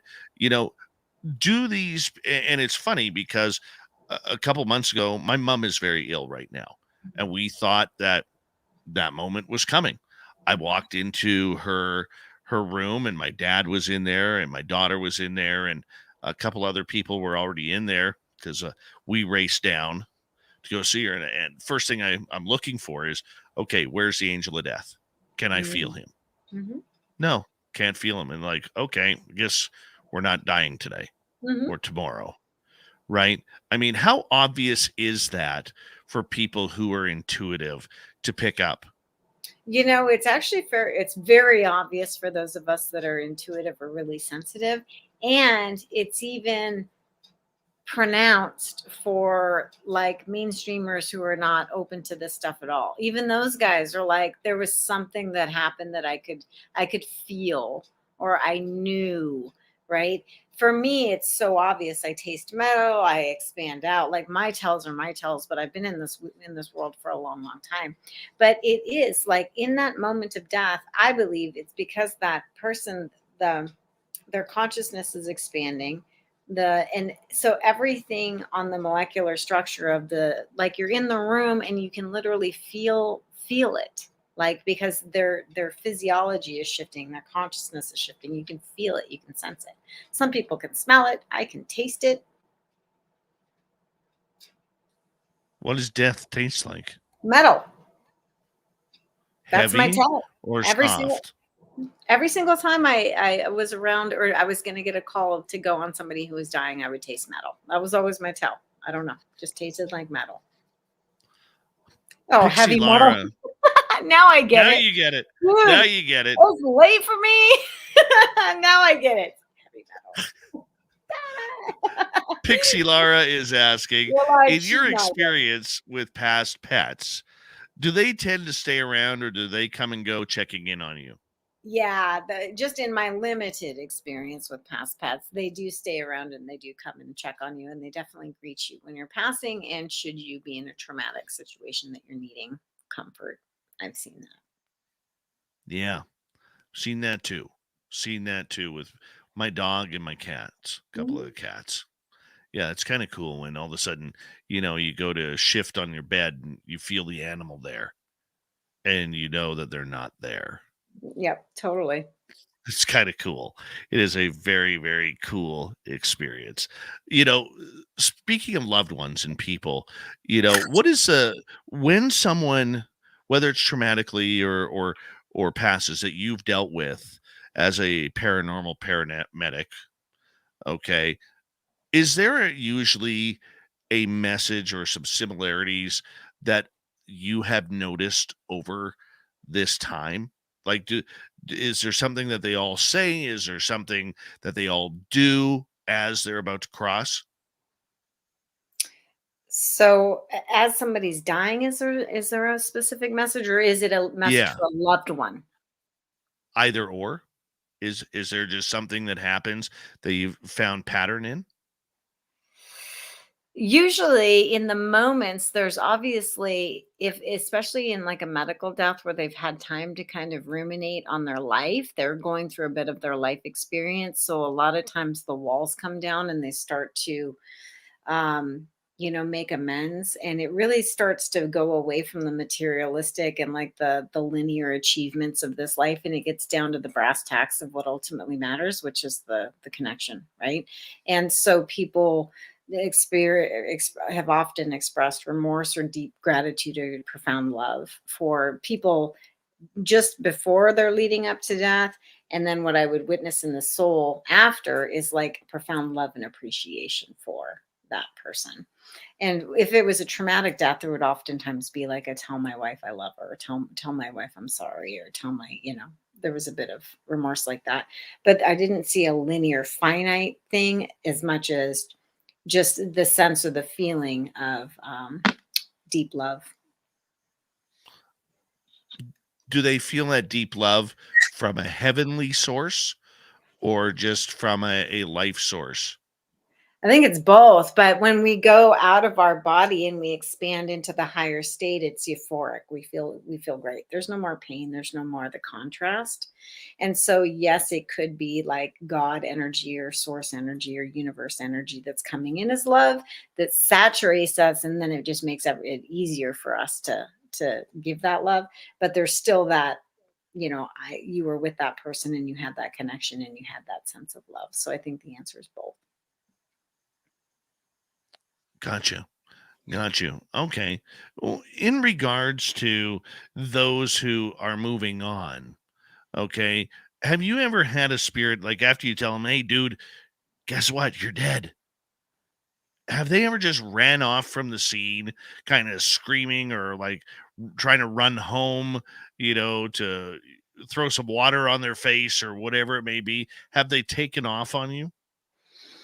I've had a couple follow me home trying to convince me that no, I'm not actually dead. And there was a couple that I needed to actually go to healer or shamanic friends of mine to help integrate and get out of my field. I've never seen them like bolt out of there because usually they're trying to get back in their body. And ultimately, if they don't get back in their body, they don't follow me home and they want to leave the scene, they may start going back to their house, right? But then eventually they'll probably start to figure out that they're not in form anymore. Nobody can see them or hear them. And then they may start to question, like, what the heck? And at that point, a guide would come in, or guides come in pretty What much. about checking on loved ones afterwards? Okay, like I'll give you an example with my nephew. When he passed away, I know the night I got to my parents' house, he was in there Oh, yeah, because for at sure.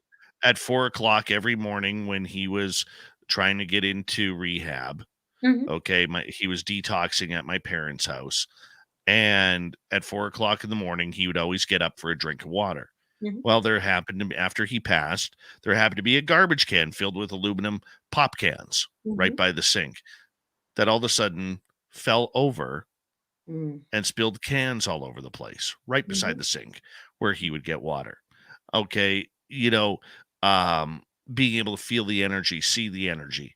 Okay, even when I went down for my mom being sick, I walked into the kitchen, felt his energy there, and I'm like, Hmm. hey, dude, we got grandpa because we're at home with my dad. My mom's in the hospital. We're at home with grandpa. We got him. Go hang out with grandma. Go make sure she's Hmm. okay for the Hmm. night. And then you felt the energy leave. Is that just a comfort for us going through the trauma, or is it them that they want to be a part of a family moment? Yeah, it's both. It's not like they just bail and they're like, all right, that was fun. There's still all of the love and attachment. It's just without the physical form. And so the intention, like the spirits can pretty consistently, and usually for the first period after they transition, they're around quite a bit. And then some people get distraught because after maybe a year or whatever, they don't feel them as much. And they're like, did they leave? No, they haven't left. It's just that their consciousness starts to get reassigned and they start to go do different things. But their thread of consciousness and attachment is always there. And so, yeah, they definitely come around. And I think it's both for them to help them kind of integrate and for Sarah Kate Grace, we love you. We have to bring you back on Spaced Out Radio. Her book at sarahkategrace.com, Journey into Grace, Real Life Stories of a Psychic Paramedic. Coming up next, we're heading to the swamp to kick off hour number 3 on Spaced Out Radio. What an awesome show. That was so fun. Thank you What so an much. awesome show. Great Right there. We're giving you some serious clapping right there. Woo! That was great. And I see some really good questions. I would love to come back and we can talk more about how people can activate their gifts. And I Sure. love where we went with this tonight. I think it was super fun. Oh, look, I think Sarah deserves a spot weekly. Heck yeah, I'm down. Whatever you want, just reach back out and we'll play. Sure. Do you mind putting my website in the chat? Sure. I can do that. That's for you. Thank you. There you go. There it is. Oh man, awesome. Yeah. Well, this was really Appreciate great. you. Yeah, but please feel free to reach out anytime. I love what you're up to. Thank you. Appreciate you. We will let you go for the evening. And thank you for making time for us. Absolutely. Have a great rest of your show. Oh, we're definitely going to bring you back. Definitely. Okay. That's 100%. Okay, you take care. Bye-bye. Bye-bye. Wasn't she awesome? Wasn't she awesome? Fantastic. Fantastic. I'll be right back, guys. You just sit tight.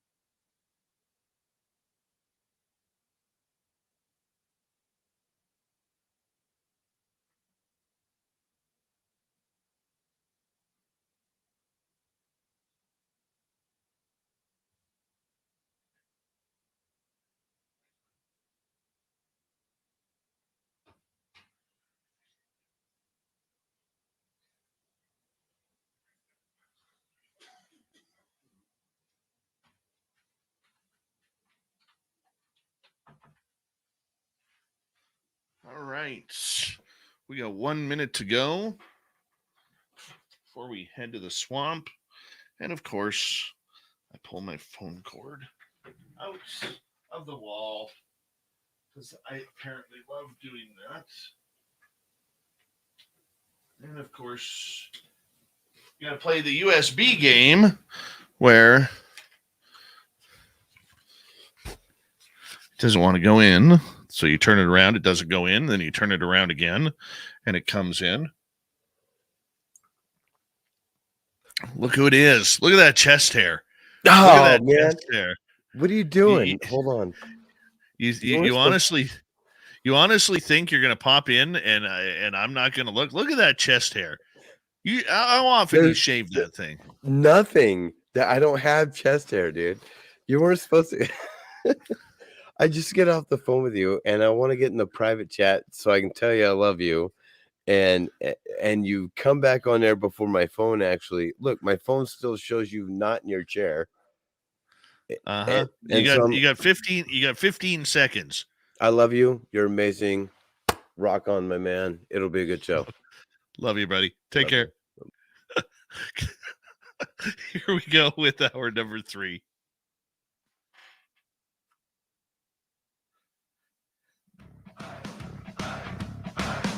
Would you like to connect with us?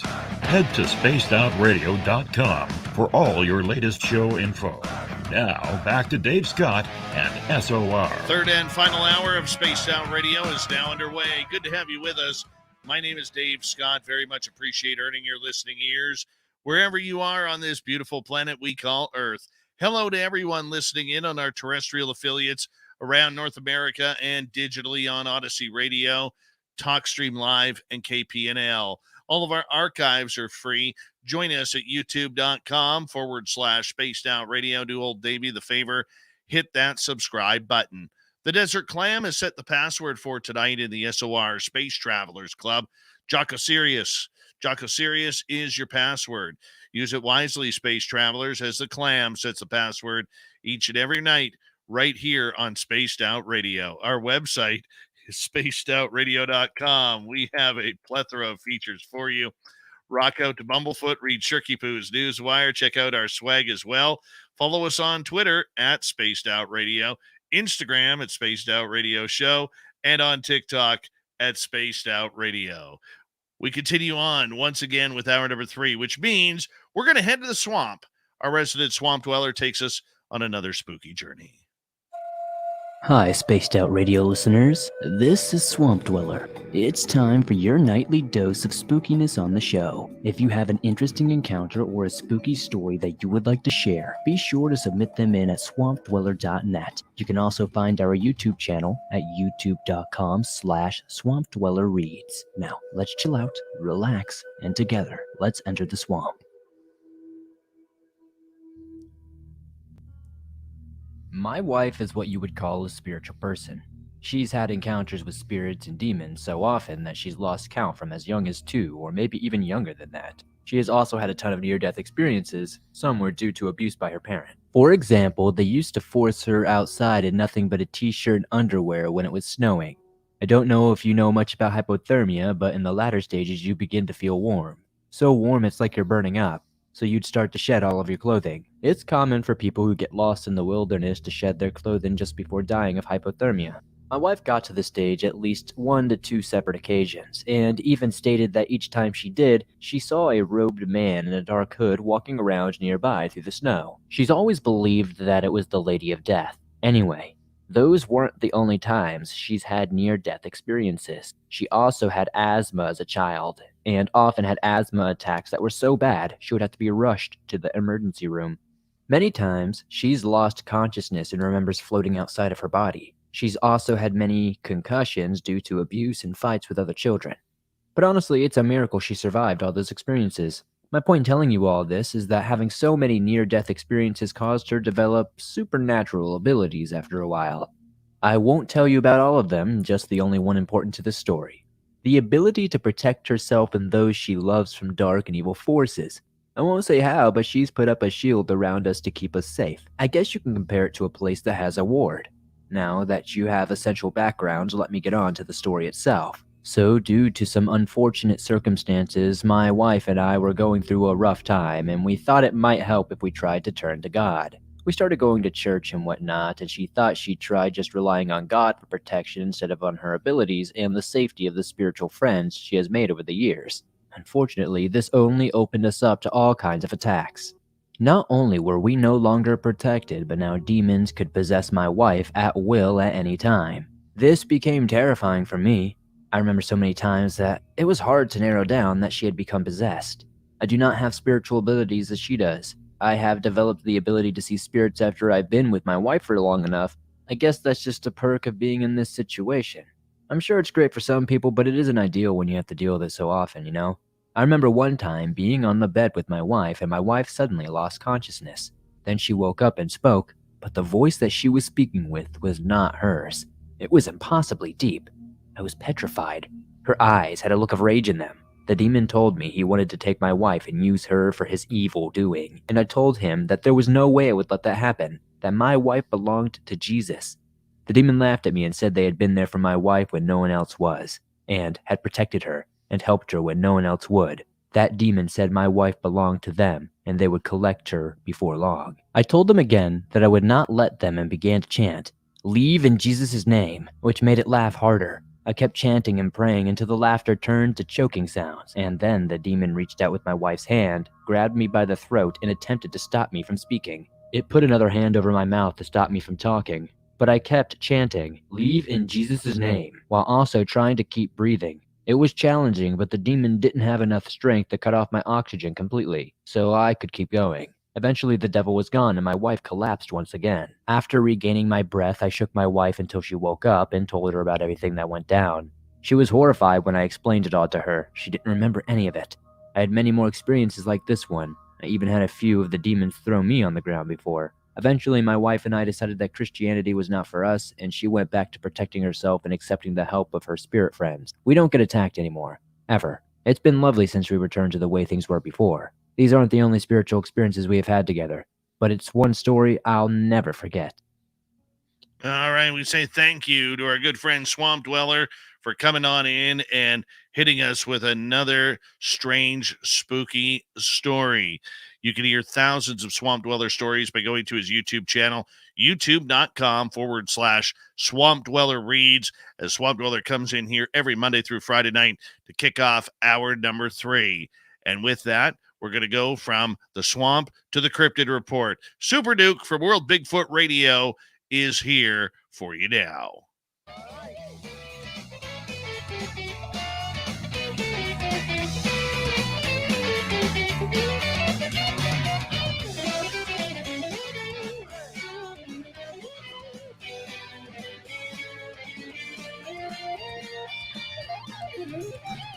Yeah, Super Duke from World Bigfoot Radio joins us a couple times a week. Go over the Cryptid Report of the monsters among us. And Big Duke, we always say a big thank you for you coming on in here to join us. And I hope you had a memorable birthday a couple of nights ago with us. Yeah, that was lots of fun. That was the fun of my birthday. The rest of it was dreadfully boring, which was great because boring is better than drama. So really enjoyed the boring. Excellent. You know, up here, the snow keeps getting deeper to the point where we can't get to our You too. gifting site. It's snowing every damn day here for 2 months now. It gets sick of it. Oh my goodness. I did see sunshine today. Nice. I did see sunshine. And this weekend, it's supposed to, the temperature is supposed to drop to a balmy minus 30 degrees Celsius. Which is fun. Frigorific. Yeah. That's how many degrees colder than the inside of a refrigerator for the benefit of those who live down south and don't know what cold is? Yeah. So when I see my friends down in Texas, or Arizona or New Mexico or Nevada or California claim it's cold, come to my house. They don't know what cold is. Just for a little bit. When you spit and your spit freezes and snaps in midair before it hits the ground, then it's cold. Yes. I would say, and if you're in America, go to North Dakota or Minnesota and really enjoy the winter.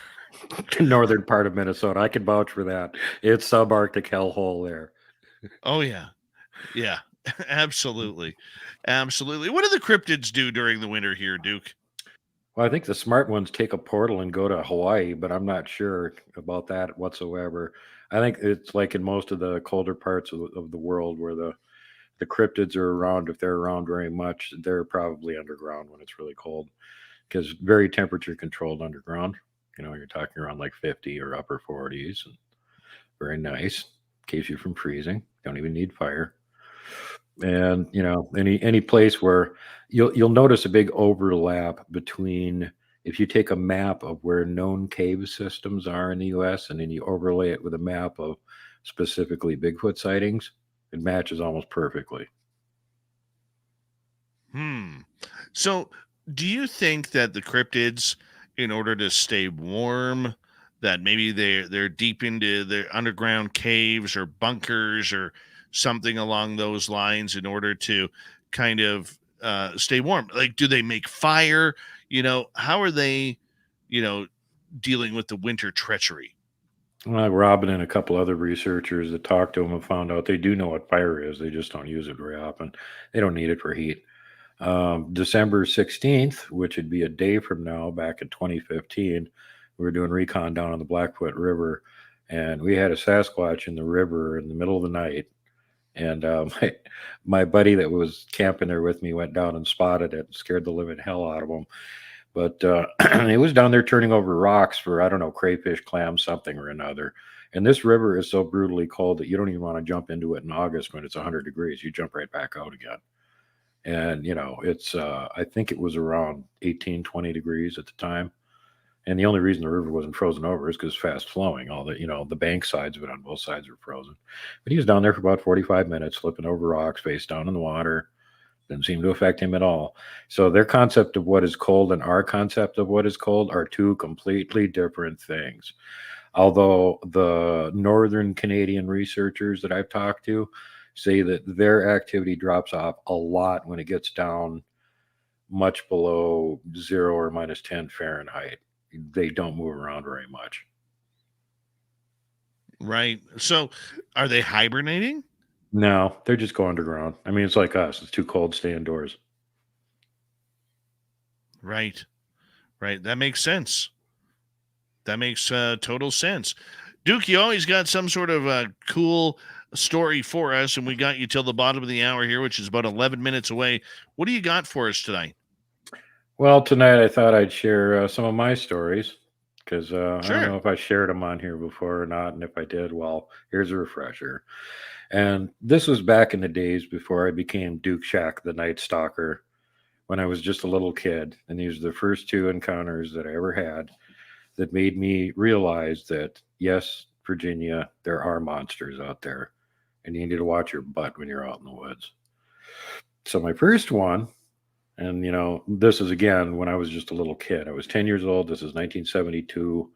This is way before I had become a roving reporter for the Independent News Service, doing cryptid research and developing my telepathic abilities, because I'm not empathic and I don't have any psychic abilities whatsoever, except for my telepathic ability, which is I can automatically tell when somebody's really pathetically lame or a poser, and I can smell BS artists immediately. But other than that, I have no abilities whatsoever. So how I ended up getting into this, when all of these super sensitives and mostly females are the ones that are getting most of the activity, I don't know.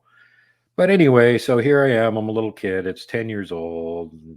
And, what do kids do when you're 10 years old in northern Minnesota and you're not stuck indoors? Well, you go sledding or skiing or ice skating or something like that.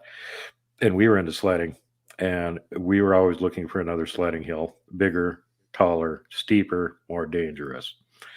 And boy, did we hit the jackpot. We went down this one, it was a fire lane basically that ran right next to, adjacent to our property. Went out about 2 miles plus out into the woods, and then it just dead end. They didn't continue making the fire lane because there was about 100 yards of swamp on the far side of it. So even if they had made a fire lane, they couldn't get vehicles across it. What's the point? So it just stopped right there. And after that, there had been somebody had made a snowmobile trail that connected up to it. So there was sort of a path you could walk that went around the slough and in a completely different direction because you couldn't get across it. Well, we came out there with our sleds and we went, you know what? That looks like a pretty steep hill on the other side of that slough, and it's frozen solid now. It's the middle of winter. I bet if we use our sleds and just kind of lay down on our nice long plastic sleds and paddle like we're on a surfboard, that we can actually push our way across this berry bog and get to the other side. Sure enough, it was frozen solid enough that we could do that. We went over to the far side of it, went up to the top, trudge to the top of this really steep hill, got to the top of it and went, wow, there's another really steep hill on top of this really steep hill. Trudge. Finally got up to the top of that one. And keep in mind, we're little kids. This is like waist deep snow, right? We finally get up to the top of this and we're like, this is going to be so awesome. No, there's another hill on top of that one. Well, okay. How high does this thing go? This is already way bigger than our nearby sledding and skiing hill that we know about, that everybody else knows about. And I mean, yeah, it's dangerous because there's trees all over it, but we know what luge runs are. We can make supers. We'll make a luge run. So trudge. We go up to the third big hill on the top there, and sure enough, that's the top of it. And up there, all there is a big black spruce and a whole bunch of hardwoods that are completely denuded because it's winter. So we spent probably about 2 hours out there making this luge run and then just leaving it set so it would harden. And we went back home. And sure enough, we didn't get to come back that week because there was brutal cold snap. And the county next door to us had an all-time record low of minus 52 Fahrenheit, not including wind chill. We weren't allowed to go outside. So the following weekend, when it warmed all the way up to minus 20 Fahrenheit, then we got to go outside. So guess what? By then, that luge run was really hard. It was very Olympic level at that point. It was like concrete walking up it. You weren't leaving any footprints on it. So we went, okay, we can get a really good fast run down this thing. Let's do it. So we trudged and sledded way back out into the woods, across the berry bog, up to the top of the hill. And now it's so solid and it's so cold, and there's only the two of us out there, and we're dumb, but we're not stupid. So we go, okay, let's take turns going down this thing. So in case one of us wipes out and gets wrapped around a tree, the other one will be alive to throw him on a sled and drag him back again. Okay, this sounds like a good precaution. So I went up to the top first, and I did a slow, I had Dave, my buddy, about halfway down, like somewhere in between the middle of the second hill, basically. So you'd go down the first hill and then you'd turn and you go flying down the second hill and you'd turn and go down the bottom hill into the bog. And he was halfway down in case I wiped out. He could see it from either angle. So I made it down. I wasn't going that fast. I was dragging my arms and legs, trying to slow down, get down to the bottom. Don't go very far out into the berry bog because I'm trying to slow down. And then as I'm getting up, he's walking up the hill from halfway up. So he's up at the top. I get halfway up. I'm in position. Give him the yell, go, Dave. Dave comes down. He makes it fine. Then we repeat process. The second time we're going to go out pretty fast. That's the plan. So that all works out fine. And then finally, it's time for the high-speed test. This is a good time for it. So I get to be, since I was the first one, I go up to the top and I get to do the first high-speed test. Dave's in position halfway down. And I put my sled down and I'm getting ready to turn around and go down this super steep hill. And I realize something behind me doesn't look right. And Dave, actually, I got a picture of this I sent you on MeWe if you want to pull that up so everybody else can see it. But this is the first time I ever saw anything. Again, I'm 10 years old. And it's colder and bleep. It's about 2 o'clock in the afternoon. It's nice and bright, sunny day, so you can see everything perfectly clear. And what I saw got made into a logo that I used to use for my channel, the really good rendition of it. But anyway, so I'm up there, and all of a sudden I realized behind me, things don't look the way they did the last 2 times I was up there. And I'm trying to picture what's different.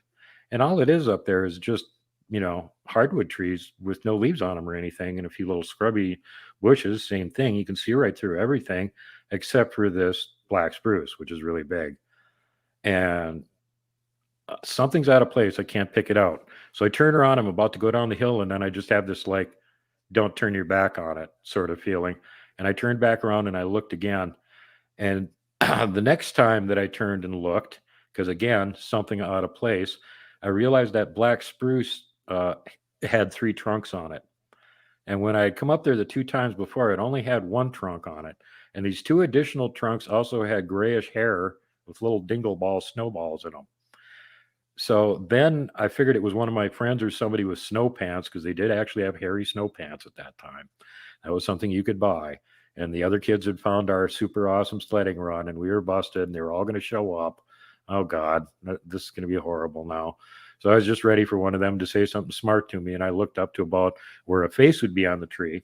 There wasn't. But I did notice movement about 3 feet up above that. So about 9 feet up in the tree, with one hand holding the branches up and the other one holding a branch down, peeking in between them, there's the face that you're seeing on the screen right now. He does not look friendly. And the first thing, when he notices that I see him, he gets a surprised look on his face for about half a second. Then he gives me the grin that you're seeing on the screen. Now, at that point, I figure it's my cue to break the world's land speed record on the luge run, dive onto my sled, and proceed to do just that. Dave, about halfway down, even though he knows I'm pretty crazy and foolhardy, can definitely tell something's wrong at the speed that I'm coming down, because I'm not trying to slow myself down at all. And as I go past him, my face is pretty pale and my eyes are pretty bulgy, and I'll go like hell as I flew past him. So without even asking questions or anything, apparently he did just that. I was going so fast by the time I hit the bottom of the hill at the berry bog, the momentum carried me almost all the way across it. And this thing is like, the width of a football field. So I was going really fast when I hit the bottom. Didn't care. I would have been just happy to wrap around a tree rather than having that thing catch me, whatever it was. So finally, when I got to the bottom, I just ran as fast as I could, dragging my little sled behind me until I got back adjacent to where my folks' house was. And then I waited for Dave to catch up, which took about another 20 minutes. And that was my first encounter. I really like, for people on radio who can't see this photo of a Sasquatch, it looks very, very evil. I really love the great white shark teeth. Yeah, that's not a Sasquatch. That's kind of the whole point. Whatever that thing is not a Sasquatch. It also does not look like a Gugly because it has no snout. And the fingertips had black eagle-looking talons for fingernails on them. Oh my gosh! Which again, that's like Bigfoot doesn't have that. You're not supposed. Anthropoids aren't supposed to have that. The teeth on it on the illustration aren't exactly right either. They're actually a little bit shorter and a little bit wider. They look like teeth on a great white shark. It looked like a bear trap. Well, I gotta ask you in regards to that, have you ever seen a creature like that since? Never. But since that illustration was done, I've had 2 people in other parts of the country that have run into those things that have come on my show and done the reports of what happened. Both of them were chased out.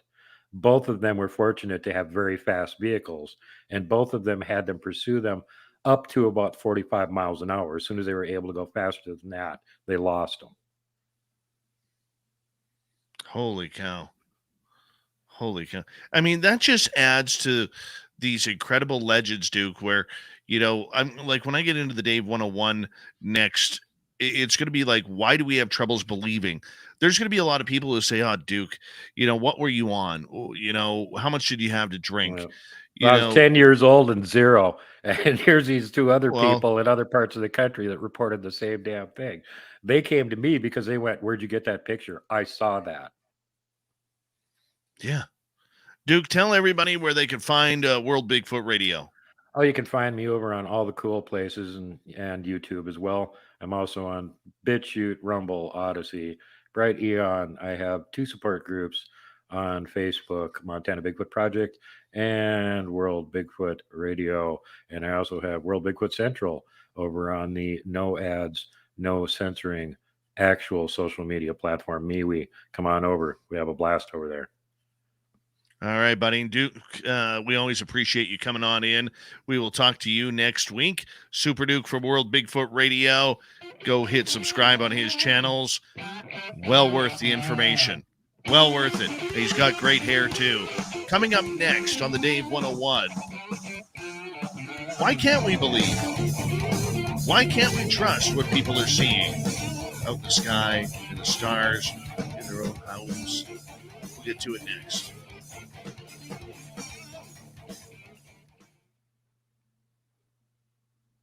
All right, Super Duke. Super Duke. Super Duke. Yepper. Mr. Smiley worries me because that's an example of we cannot clearly define what that thing is. And there seems to be some other thing subarctic into northern U.S.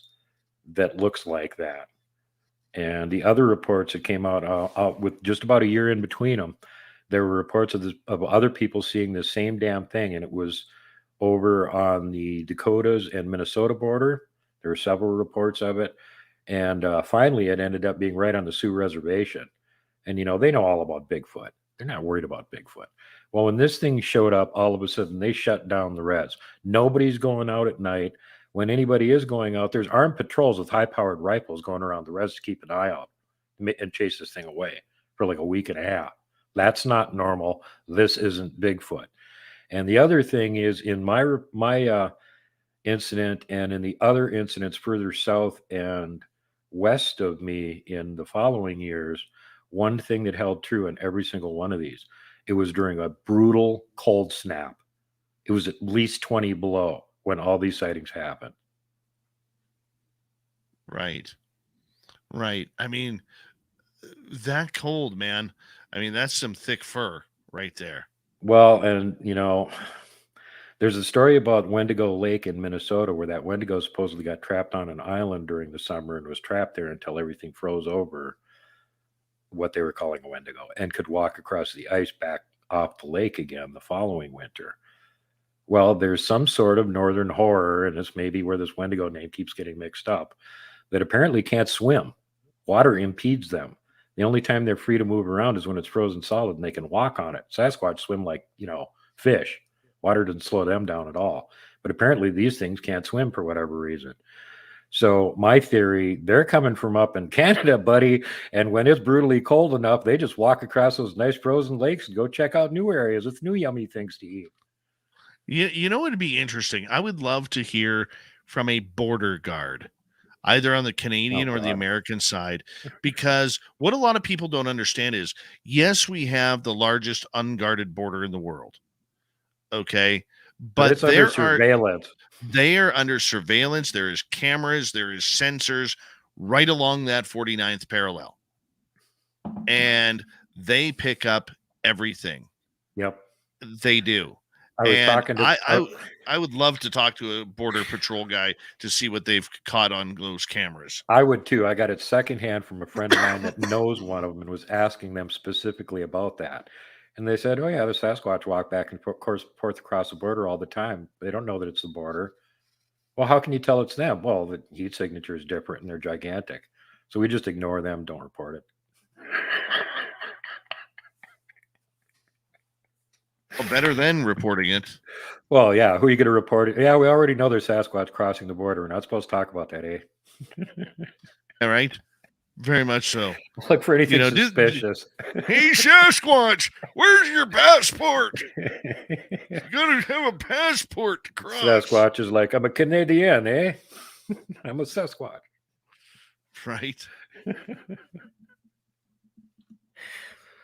Actually, Mike did that one recon up here in northern Montana where the people had property right on the border, and the elk were going back and forth through there, and the Bigfoot were following them, and every so often they'd stop and slap the house or something and scare the humans. And Mike went up there and did the recon on the whole thing, and he said, yeah, they're going back and forth across the border all the time. Obviously, they must know about it. Right. That would be incredible information for us. It really would. Super Duke, we only got about a minute here, so I'm going to say goodnight to you, my friend. Much love to you. Appreciate you, my bud. Love you guys. Take care, Dave. And by the way, I'm really sad to hear that you lost a friend because they think you're crazy because imaginary stuff. But you know what's even worse? I lost a friend because I proved to him that it wasn't imaginary. And then they really didn't want to talk to me because that destroyed their whole worldview. Well, as Sonny and Cher sang, Duke, I got you, Duke. I got you, Duke. I'm not crazy, but my camera is. I keep filming cryptids all the time. Quit jumping in front Damn of my camera, cryptids. damn it. Damn cryptids. All right, buddy. Talk to you later. See you later, Dave. Super Duke from World Bigfoot Radio right there. Big thank you tonight to Dr. Steers, Debs ×2, Blue Cruise, and Catfish for the super chats. Very much appreciate the love.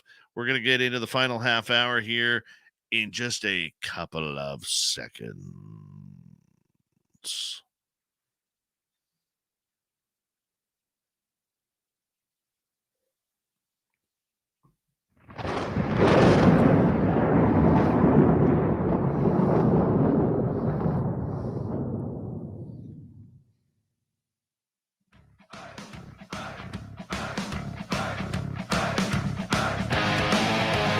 We rounded third. We're heading for home tonight on Spaced Out Radio. My name is Dave Scott.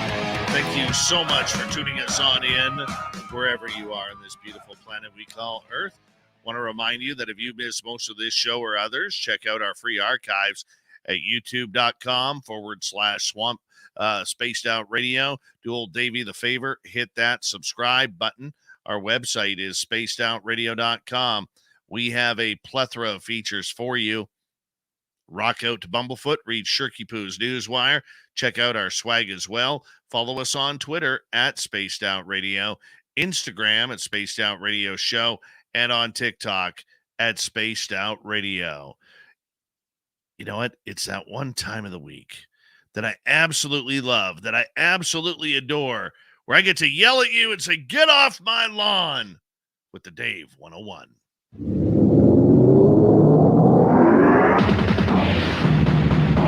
It's time for Dave 101.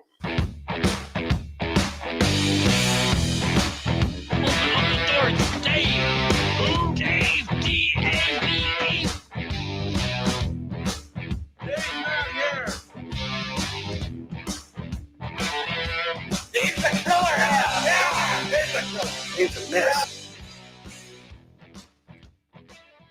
Let us enlighten you tonight on the world that we live in when it comes to the paranormal, supernatural, and cryptids. Maybe throw in a little UFOs there as well. And it is belief. What are we allowed to believe? Why do we get questioned so hard on what we've seen, what we've experienced, and the reactions that we've had to the encounters that we proclaim to be true? Now, in this field of study that we study each and every day, there are charlatans, there are people out there looking for their 5, 10, 15 minutes of fame. But outside of that minority of people who just want a little bit of podcast time, radio time, YouTube time, or television time, there is a plethora of people out there who have had real, true experiences where all they want to know is what is happening to them.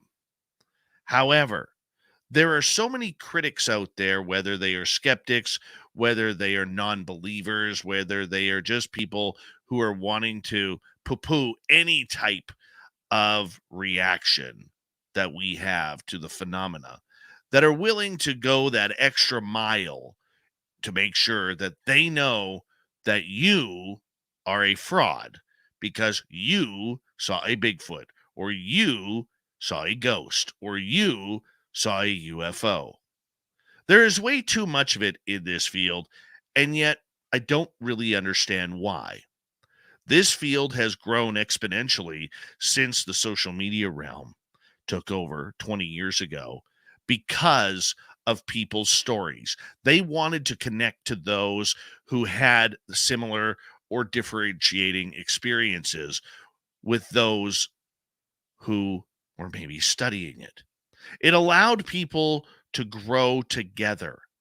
Sure, there were people out there making things up for book sales, television sales, movies, whatever it may be, conferences, wherever they could maybe make a quick buck. But for the most of us, we have had experiences that we cannot explain. We have experiences that have pushed us to the limits where it's cost us friends, it's cost us jobs, it's cost us time, it's cost us a little bit of everything, even a little bit of who we are.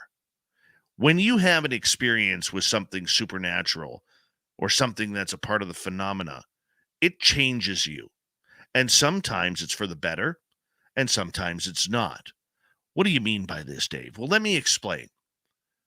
When you have something standing right in front of you that is not supposed to exist, yet your own two eyes are seeing it, it changes you because it opens up your mind to what else could be out there. I remember the first time I encountered Sasquatch.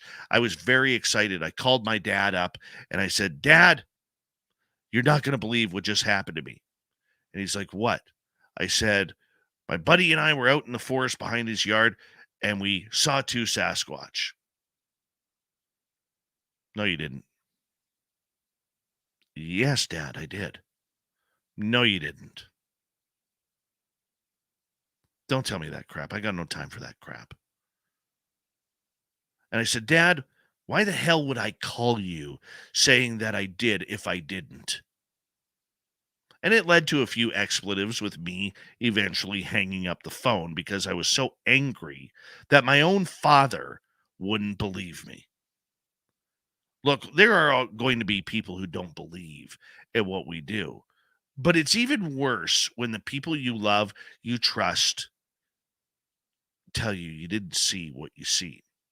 It's heartacheing, it's gut-wrenching, and it hurts deep down to the core where you never forget that pain. It's emotional, it's traumatic. Then you have to deal with the online skeptics. Show me proof. Give me the proof of what you saw. Where's the photograph? You have an iPhone with you. You got a smartphone. Why didn't you take a picture of it? Well, number one, I wasn't prepared for it. Number two, by the time I pulled out my phone, it was gone. You didn't see anything. I've heard that story a million times, and I don't need to hear that story anymore. Who's had that happen to them? Probably all of us who've had a strange encounter or experience. But why the negativity that goes along with it? Why do we have to be so curt and so trite to people that when we have an experience of something phenomenal, that we can't share it with people? Why? Well, there's a number of reasons. Number one, maybe they're scared. Okay. Those who are not involved in this field have a real fear of what we are doing. We are dealing with nightmares, people. It may not be a nightmarish situation, but we are dealing with things that go bump in the night that scare people. This is right out of a suspense horror movie type of phenomena. Whether it's having a monster lurk around you in the forest like Sasquatch or Dogman, whether it's waking up and seeing a ghost in your house or gray aliens getting ready to take you, whether it's a UFO that seems to be hovering over where you are, and the next thing you know, it's 4 hours later. These things are happening. These things are real. These things are all a part of learning what the phenomena is all about. And slowly but surely, the phenomena is bringing us more and more experiencers. And the beautiful part about it is, as this topic becomes more mainstream, more and more people will feel more comfortable coming out of the woodwork and talking about it, whether it's mainstream or whether they hide behind a nickname on a YouTube channel. People want to learn. People want to know what is going on. This is why it's important that we at Spaced Out Radio keep expanding, because we want to open up to those markets to allow people to make sure that they know they have a comfortable spot where they aren't going to be called crazy. They aren't going to be called nuts. And most importantly, they're not going to be called liars for telling a fib of what they encountered. Yes, this could be a cruel, cruel field, but it's filled with the majority of honest, good-intentioned people who really want to figure out why them. Nobody asks for the phenomena to happen. Nobody asks to see UFOs. Nobody asks to go up on a spaceship and look beside them and there's their children. Nobody asks to encounter Sasquatch. Nobody asks to live in a haunted house or work at a haunted property. Nobody asks for a near-death experience or all of a sudden having out-of-body experiences or premonitions or anything to go along with anything that would be considered weird by the mainstream. It changes you because it now gives you a direction of where you need to look. It makes things like the hockey game on TV or the latest football game, the World Cup, which isn't a sport anyways, okay? Or maybe watching your favorite television show, it makes it all irrelevant. Look, guys, I used to be a sports reporter where I knew every player that was going to be drafted into the NHL. I knew their stats. I knew where they played junior or whether they played college.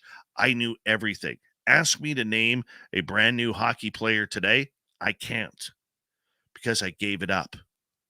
I gave up something that was extremely important to me in order to learn about all of this because this became all encompassing. It became part of who I am. It was like it invaded my veins and my blood system and pushed right through everything that I needed to learn about the phenomena and what was going on around me. Many of you are like that too. I used to be a very extroverted person, having parties at my house or get togethers almost every weekend because I wanted that house where everybody felt comfortable. That if somebody needed to have a few extra drinks, they had a place to crash for the night. That was my house. Now I'm introverted. Don't trust people fully because one thing I've learned since turning this corner into the unknown, it's hard to trust and take people at their words because somebody out there just wants to bring you down for what you believe in. Case in point, let's go to our own community. Where on this show, we have had critics who come into our chat room or come in to make comments on social media or write these terrible blogs about what we do and the guests that we have. There is no proof. You can't sit there and say that you're in communication with aliens. That's not right. Our Keith Andrews, one of our favorite guests, takes a lot of that heat because people don't understand what it's like to be in our Keith's shoes. And the point of this show, and it's always been part of our mantra, is we believe everybody because I nor you have ever stood in every person's shoes. And you know what? There's nothing wrong with belief. Now, many who preach science in the scientific community will disagree with that. But you know what? They have no idea what proof is either. They really don't. That's how I counter the argument when people say, show me proof. What is proof? Show me what proof is. Is it a photo? Can't trust that. Can be photoshopped. Is it a video? Can't trust that because editing programs today are so accurate that you're not going to be able to tell unless you look digitally inside. CGI is too good today, where even the basic 11-year-old can create CGI that looks all too real. Never mind us old fossils like me who sit here and struggle to put a 10-second video together, and it takes us 4 hours. This is the truth. The question is, what is proof? They don't believe the scratches. They don't believe the scoop marks. They don't believe the red spots on the skin where it looks like someone or something was grabbing you and holding you down. They don't want to believe that. That could be caused by anything. So my question to all of the skeptics out there is, what is proof? You don't believe anecdotal evidence, even though it is still the top evidence.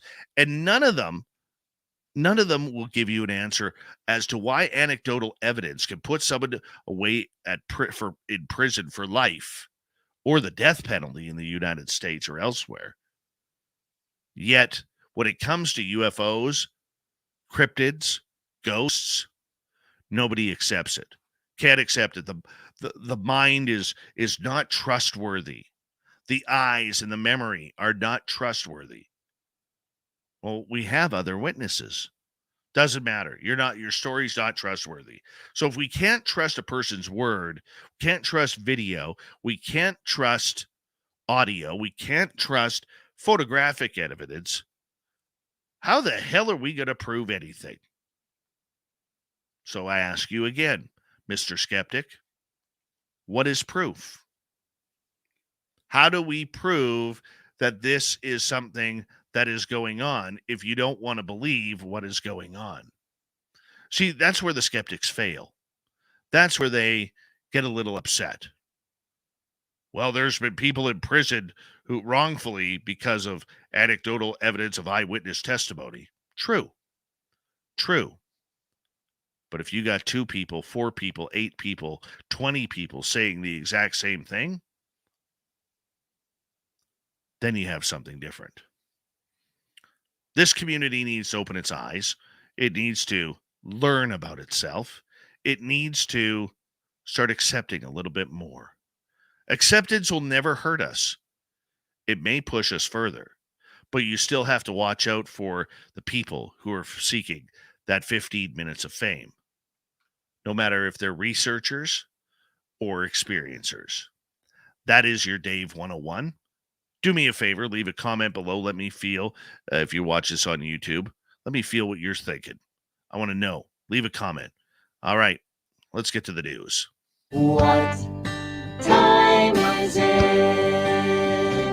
It's time for Shirky Poo's news! Oh, yes, let's get to the news right off the bat here. The internet sensation going on down in Texas, where a football player has shocked the internet. He looks about 30, but he's only 12. Jeremiah Johnson from Fort Worth has users picking up their jaws and eyeballs from the floor after a photo of the preteen posing with his MVP award went viral, complete with facial hair, a deep baritone, and what appeared to be a half-sleeve tattoo. Not to mention his size, people were in denial that Johnson is still a child. Johnson plays for the Dallas Dragons Elite Academy, which won the championship game. Yeah. His trophy read, 12U Division I Most Valuable Player, but the internet wasn't convinced. 12th grade wrote 1, while the second person had 12 going on 21. Another, he got a leap year birthday.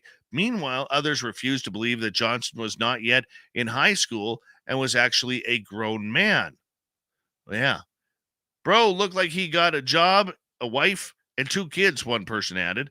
Another joked, young in birth certificate says I'm 12 in blue crayon with his senior graduation pic. Miami Dolphins receiver Tyreek Hill tweeted, if that 12-year-old really is 12, my son's not playing football. These kids are built different. Now, Johnson is 5'11", 198 pounds, can play running back, defensive end, and outside linebacker, according to his statistics. His bio also adds that he'll be eligible for college in 2027. Johnson's mother, Shanna, took to Facebook to clear things up, and yes, people, her son is 12. Yes, he's 12U. He meets all the requirements. She wrote, no, the tattoo isn't real, duh, but the goatee is, though. Okay, let's move on here. Here's a scary one. This one really freaks me out. A hungry hippopotamus managed to gobble up a 2-year-old boy who was playing at his house in Uganda. The hippo snatched the child head first, and what would have kept going, except a man who witnessed the entire thing managed to save the boy by throwing stones at the animal. The startled hippo then regurgitated the infant and retreated to a nearby lake that sits on the border between Uganda and the Democratic Republic of Congo. Lake Edward and attacked a young child. Oh, pardon me. This is the first such kind incident where a hippo strayed out of Lake Edward and then attacked a young child, said the Ugandan police force in a statement, warning that those who live near the animal sanctuaries and habitats should be vigilant as wild animals see humans as a threat, and any interaction could cause them to act strangely or aggressively. They added, "We want to remind all residents of the area, which is located within the Queen Elizabeth National Park, to remain vigilant and always alert rangers about animals that have strayed into their neighborhoods." The child was rushed to hospital where he was treated for minor injuries and vaccinated against rabies. His parents now have him back home. Hippos are the third largest land mammals in the world after elephants and white rhinoceroses. According to National Geographic, hippos are vegetarians, but their deadly strength makes them one of Africa's most dangerous animals. It's estimated that hippopotamuses kill around 500 people every single year. The World Cup only comes around every 4 years, and if you live in Dave's world, it's come around maybe once every 40 years. Some sports fans forgot what soccer really looks like, even though soccer isn't a sport in my world. Or maybe video game graphics. Is this being what's happening? Some people believe this year's World Cup, played out of Qatar, has been one giant video game, because the video games are becoming very realistic. A Vietnamese outlet says YouTubers can make thousands of dollars by luring people in with the video game trick. They use poor quality images so viewers think they're getting just a low quality stream. And that's what's happening on the outside of the World Cup. Yeah, absolutely nuts. Wow. That's your news. I don't got anything more. That's just weird and odd about what's going on in the world. Could you imagine being swallowed up by a hippo? I mean, they have a crushing force with their jaw at like over 4,000 pounds, something along that line. I mean, they can bite crocodiles in half. A 2-year-old? How the hell did that child survive? Absolute miracle. Absolute miracle. By the way, I want to say a big thank you to Super Duke for coming on in for the Crypted Report, Swamp Dweller for the big story tonight, and Sarah K. Grace talking about paranormal paramedics. We got Mr. Ron Bumblefoot Thal rocking in the background with Little Brother is watching. Bumblefoot is the official music of Spaced Out Radio, rocking us in and out of every single show. Get your horns up for the guitar god himself. Special thanks to everybody listening in at home, at work, in your cars, wherever you may be. Thank you to everyone in our chat rooms tonight. YouTube, Twitch, Spreaker, LGAP, Facebook, the Space Travelers Club, and on Twitter at hashtag Spaced Out Radio.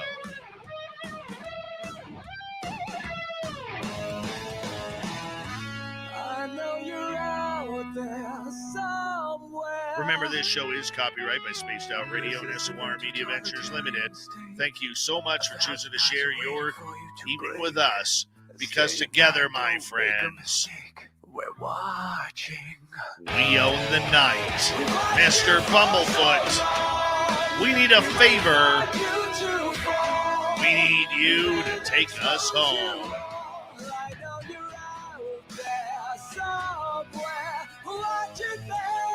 Yes, the Woo Train has docked for the night. But soon, my friends, we shall ride again. Your seats are always available. Your tickets never expire. And if you want to bring a friend, we've got room for them too. Good night.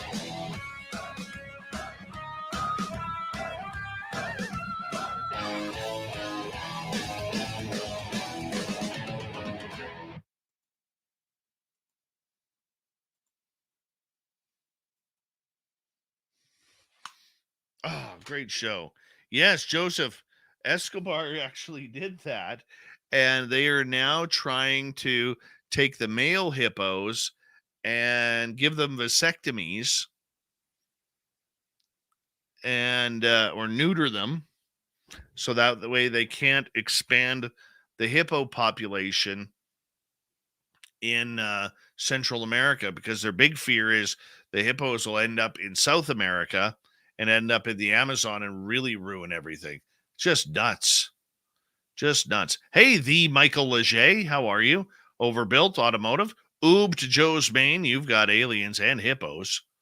Great show tonight, guys. Great show. That was a lot of fun. What am I doing here? I'm going to move that over here. That was a great, great show. Lots of fun.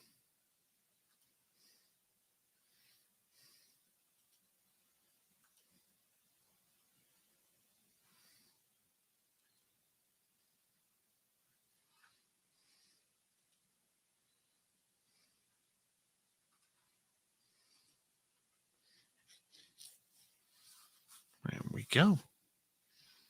That is set. That is set. Let's go this way first. Push that over there. We can get rid of that.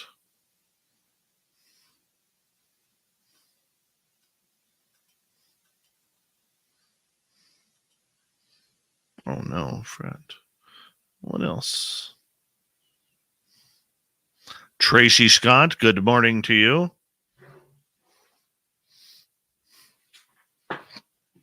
How about Grant and that lack of chest hair?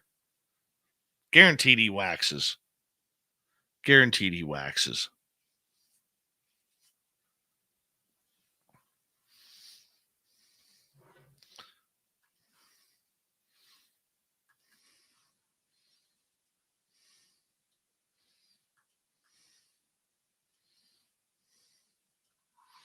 Who's on tomorrow night? Tomorrow night on the show, Tony Rathman will be our guest, talking about his paranormal investigation. So it's going to be a paranormal show tomorrow night, which will be a lot of fun. Super Duke, get off my lawn. Crazy Sasquatch hippie.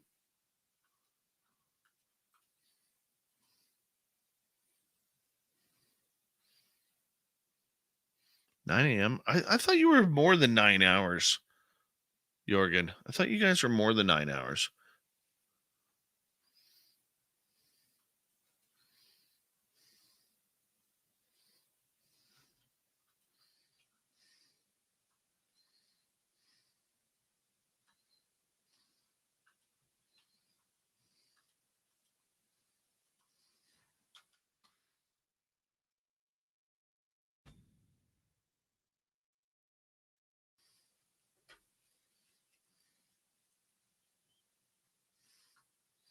(9:02 a.m.) Very cool. Chris Moe in Austria, setting the time for us.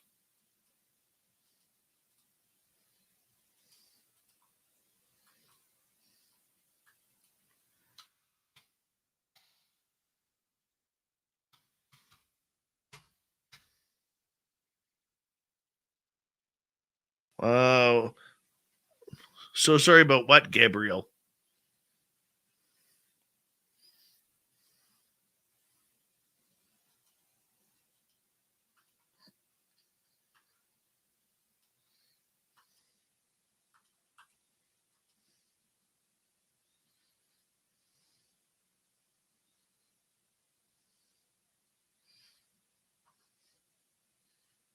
That's a crazy sport, luge. You got to be a little bit nut bar to do that.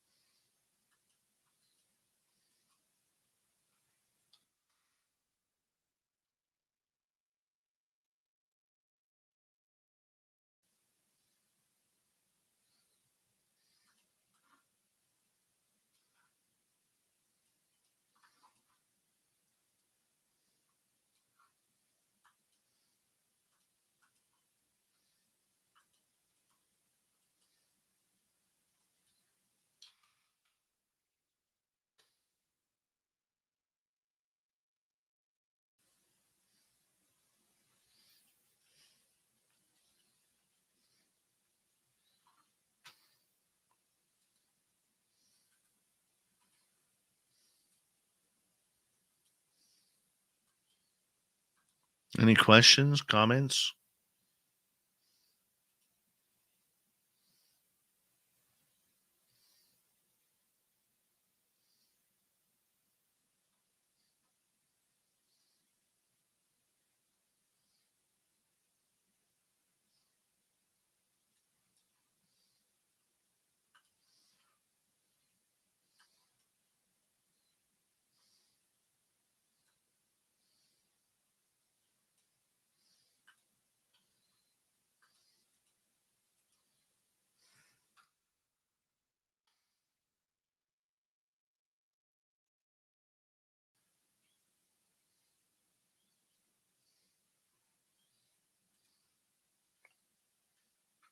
I don't have a website email. Maybe I do. I'll get Kat to check it.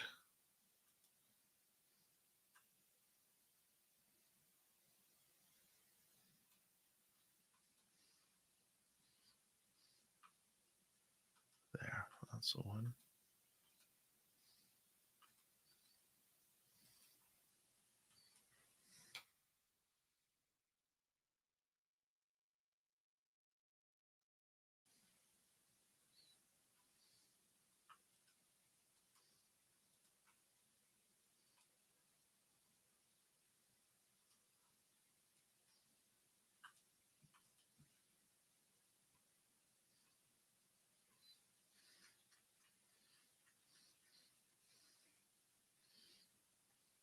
Have I had any interesting dreams lately? Not really. Life has been boring.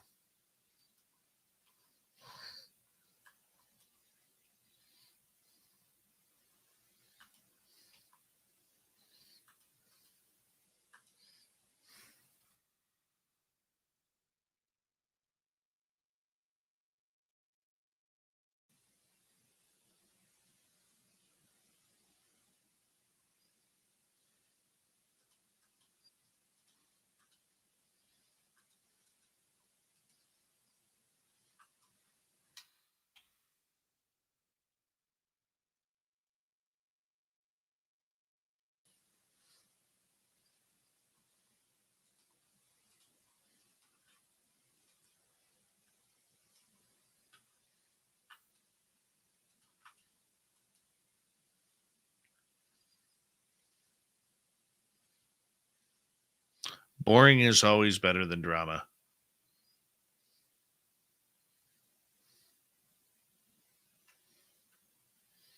That's where people at Heaven's Gate believed that there was a UFO that was following Comet Hale-Bopp. This was being tracked by Art Bell. And they believed that this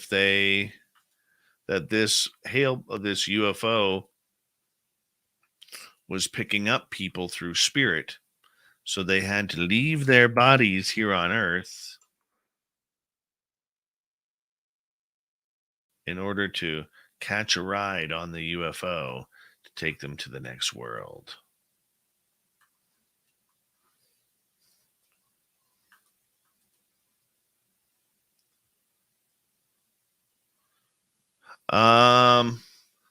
I'm not going to see the new young guy over Christmas. No, they're spending it with his family, so it'll be after Christmas, and I'm gonna head back down home to spend time with my dad and my mom over Christmas.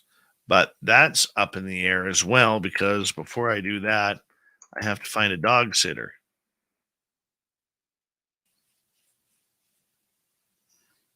And in order to find a dog sitter, I need someone to come stay at my house because my dogs are old and they're going to go outside every hour and a half to 2 hours. Otherwise, I end up with puddles and lakes in my house, which is gross. Gross, gross, grotesque.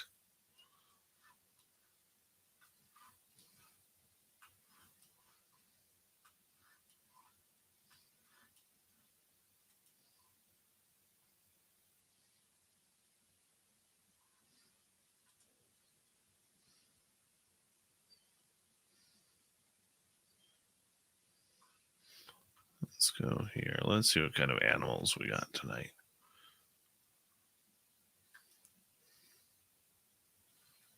Oh, we got a commercial for yogurt. And another one for the bay.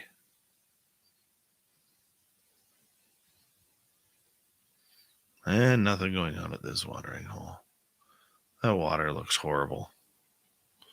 Oh, let's go to Tembe. Oh, we got some elephants there and some springboks. See if we can find anything different. The Naledi Dam. Oh, yeah. Nothing there. Rosie's Pan. Well, the elephants were recently there.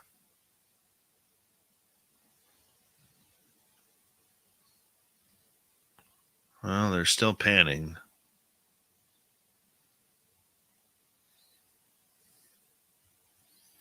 I think the hippo's gone from there, too. I bet you the hippo was chased out by the elephants.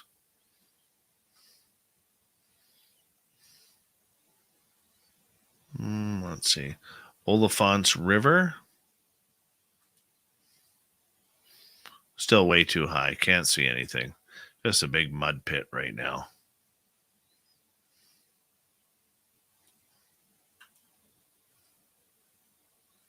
Same as that watering hole. Can't see squat in there. That's a new view, though. Let's check out the Nomad Cam. Nothing. There's a bunch of new cameras up. It's actually kind of cool. Let's check out Encoro. What do we got? Well, we got the lodge. Nothing else. Nothing else. Check out the Naledi Cat Eye. Nothing there. Except a couple of birds. Holy cow. Like, come on. You got to give us something here, Africa.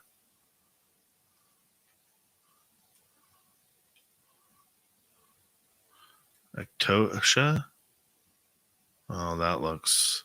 No, that looks pre-recorded. I'm not into pre-record. The Lita Dam. Let's try there again, just in case something's popped up.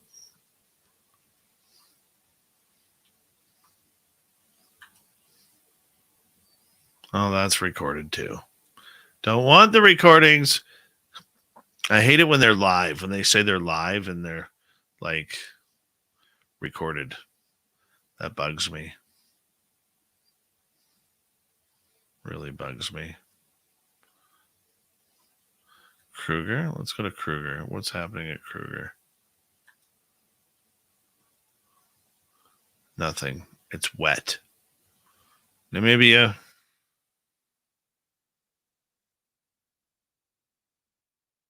What's happening at our live stream? We got oryx. So you got a choice of oryx or elephants. Your call. Forrest Louie, how you doing, man? Good to see you.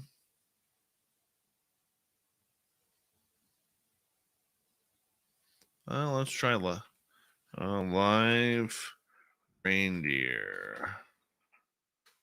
Let's see what we got here.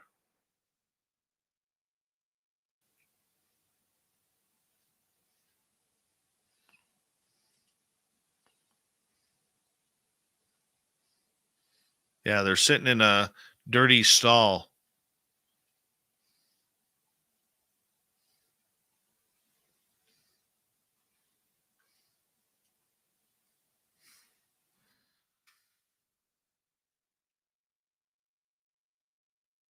See what we got going on here.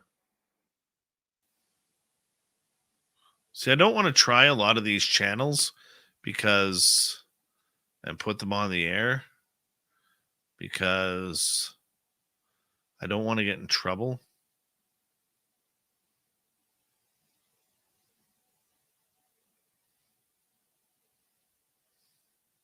Although this one is kind of cool. I'll play this one here.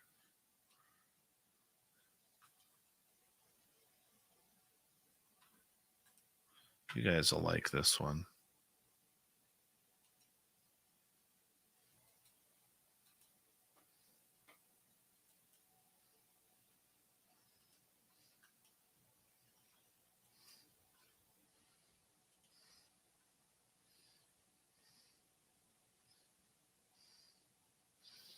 Give me 2 seconds here.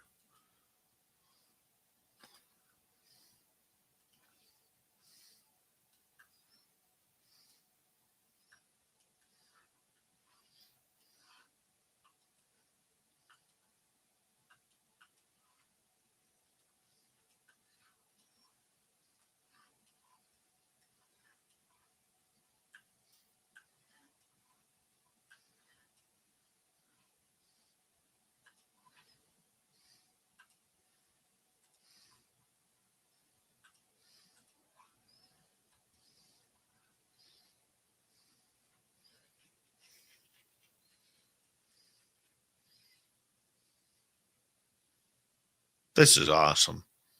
I can watch this.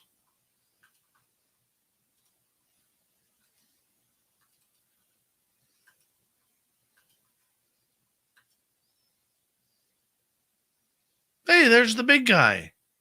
Yay. All right. That just made me happy. I'm 49 years old, and I still believe in Santa Claus. Oh, there's Joe Monk sniffing the camera.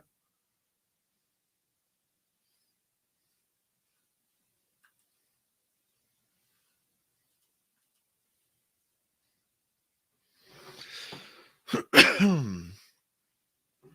be right back. Hey, Kev Clark.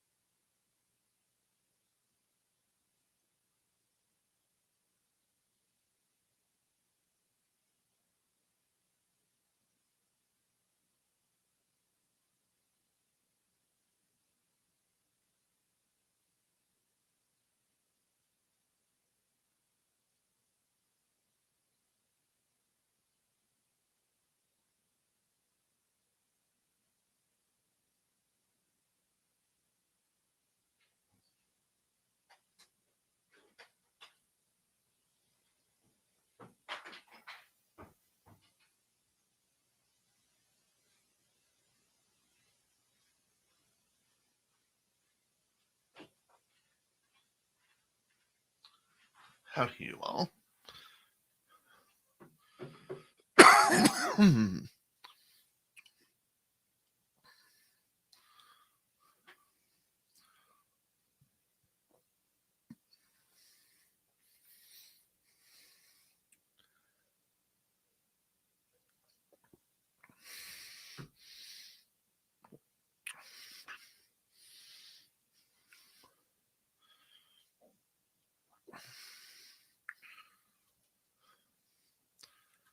Either way, I still believe in Santa Claus.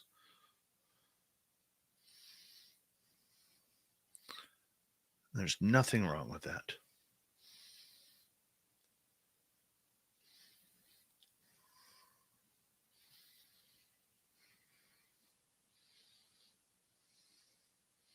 Look at all those elves meeting with Santa over there. How cool is that? Look at all the letters from kids. How cool is that? This is awesome. We might have to play this a little bit more.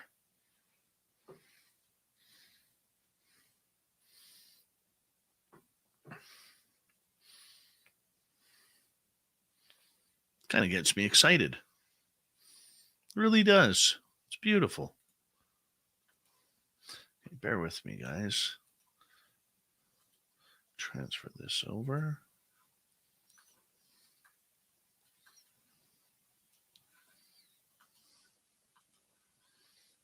You see, there's this new woke movement of new parents in their 20s and 30s not allowing their children to learn about Santa Claus because that's technically lying to your children.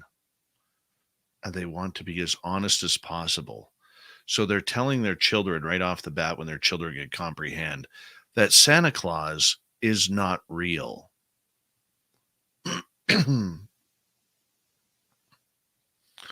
the excuse is that so many other children out there either don't believe due to religious purposes or backgrounds, cultural backgrounds, that it's not of today's society to believe in Santa Claus.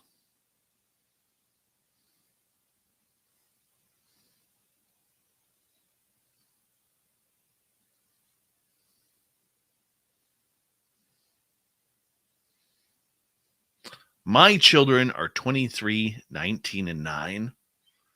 And until the day I die, they will receive gifts from Santa Claus. There's nothing wrong with it. Nothing wrong with it.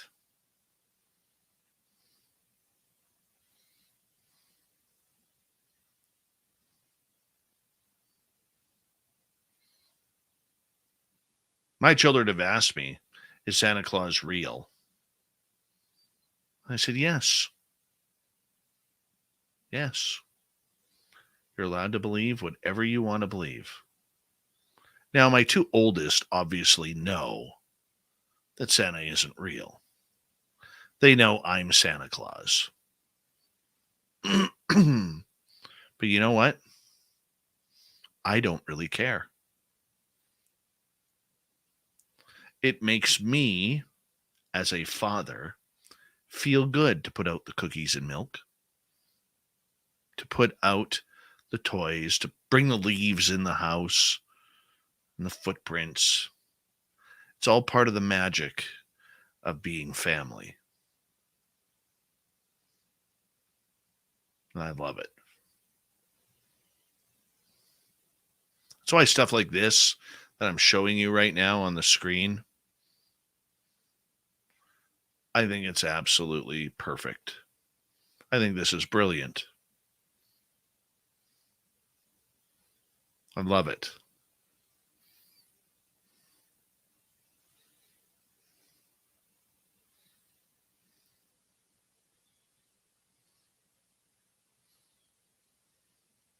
There's nothing wrong with imagination. There's nothing wrong with curious belief.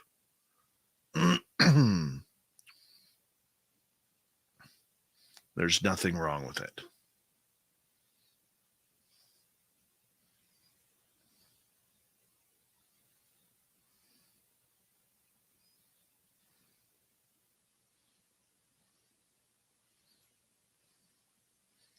We're trying to become too literal of a society at times, taking the fun out of life.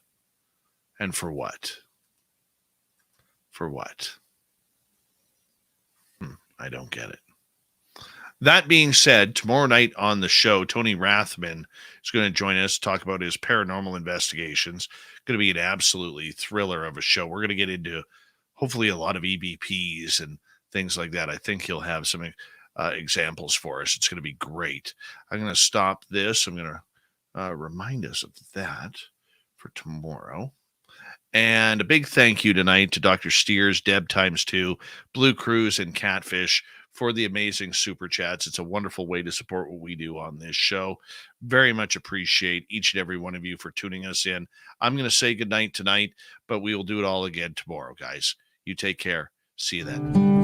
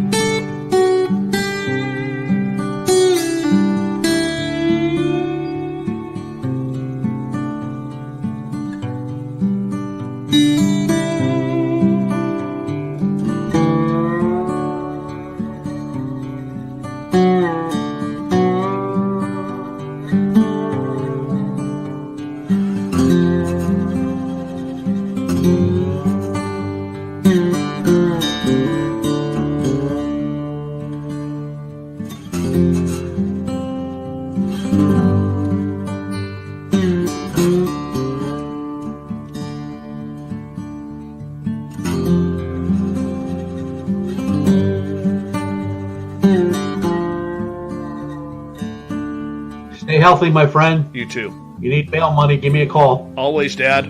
Take care. You too.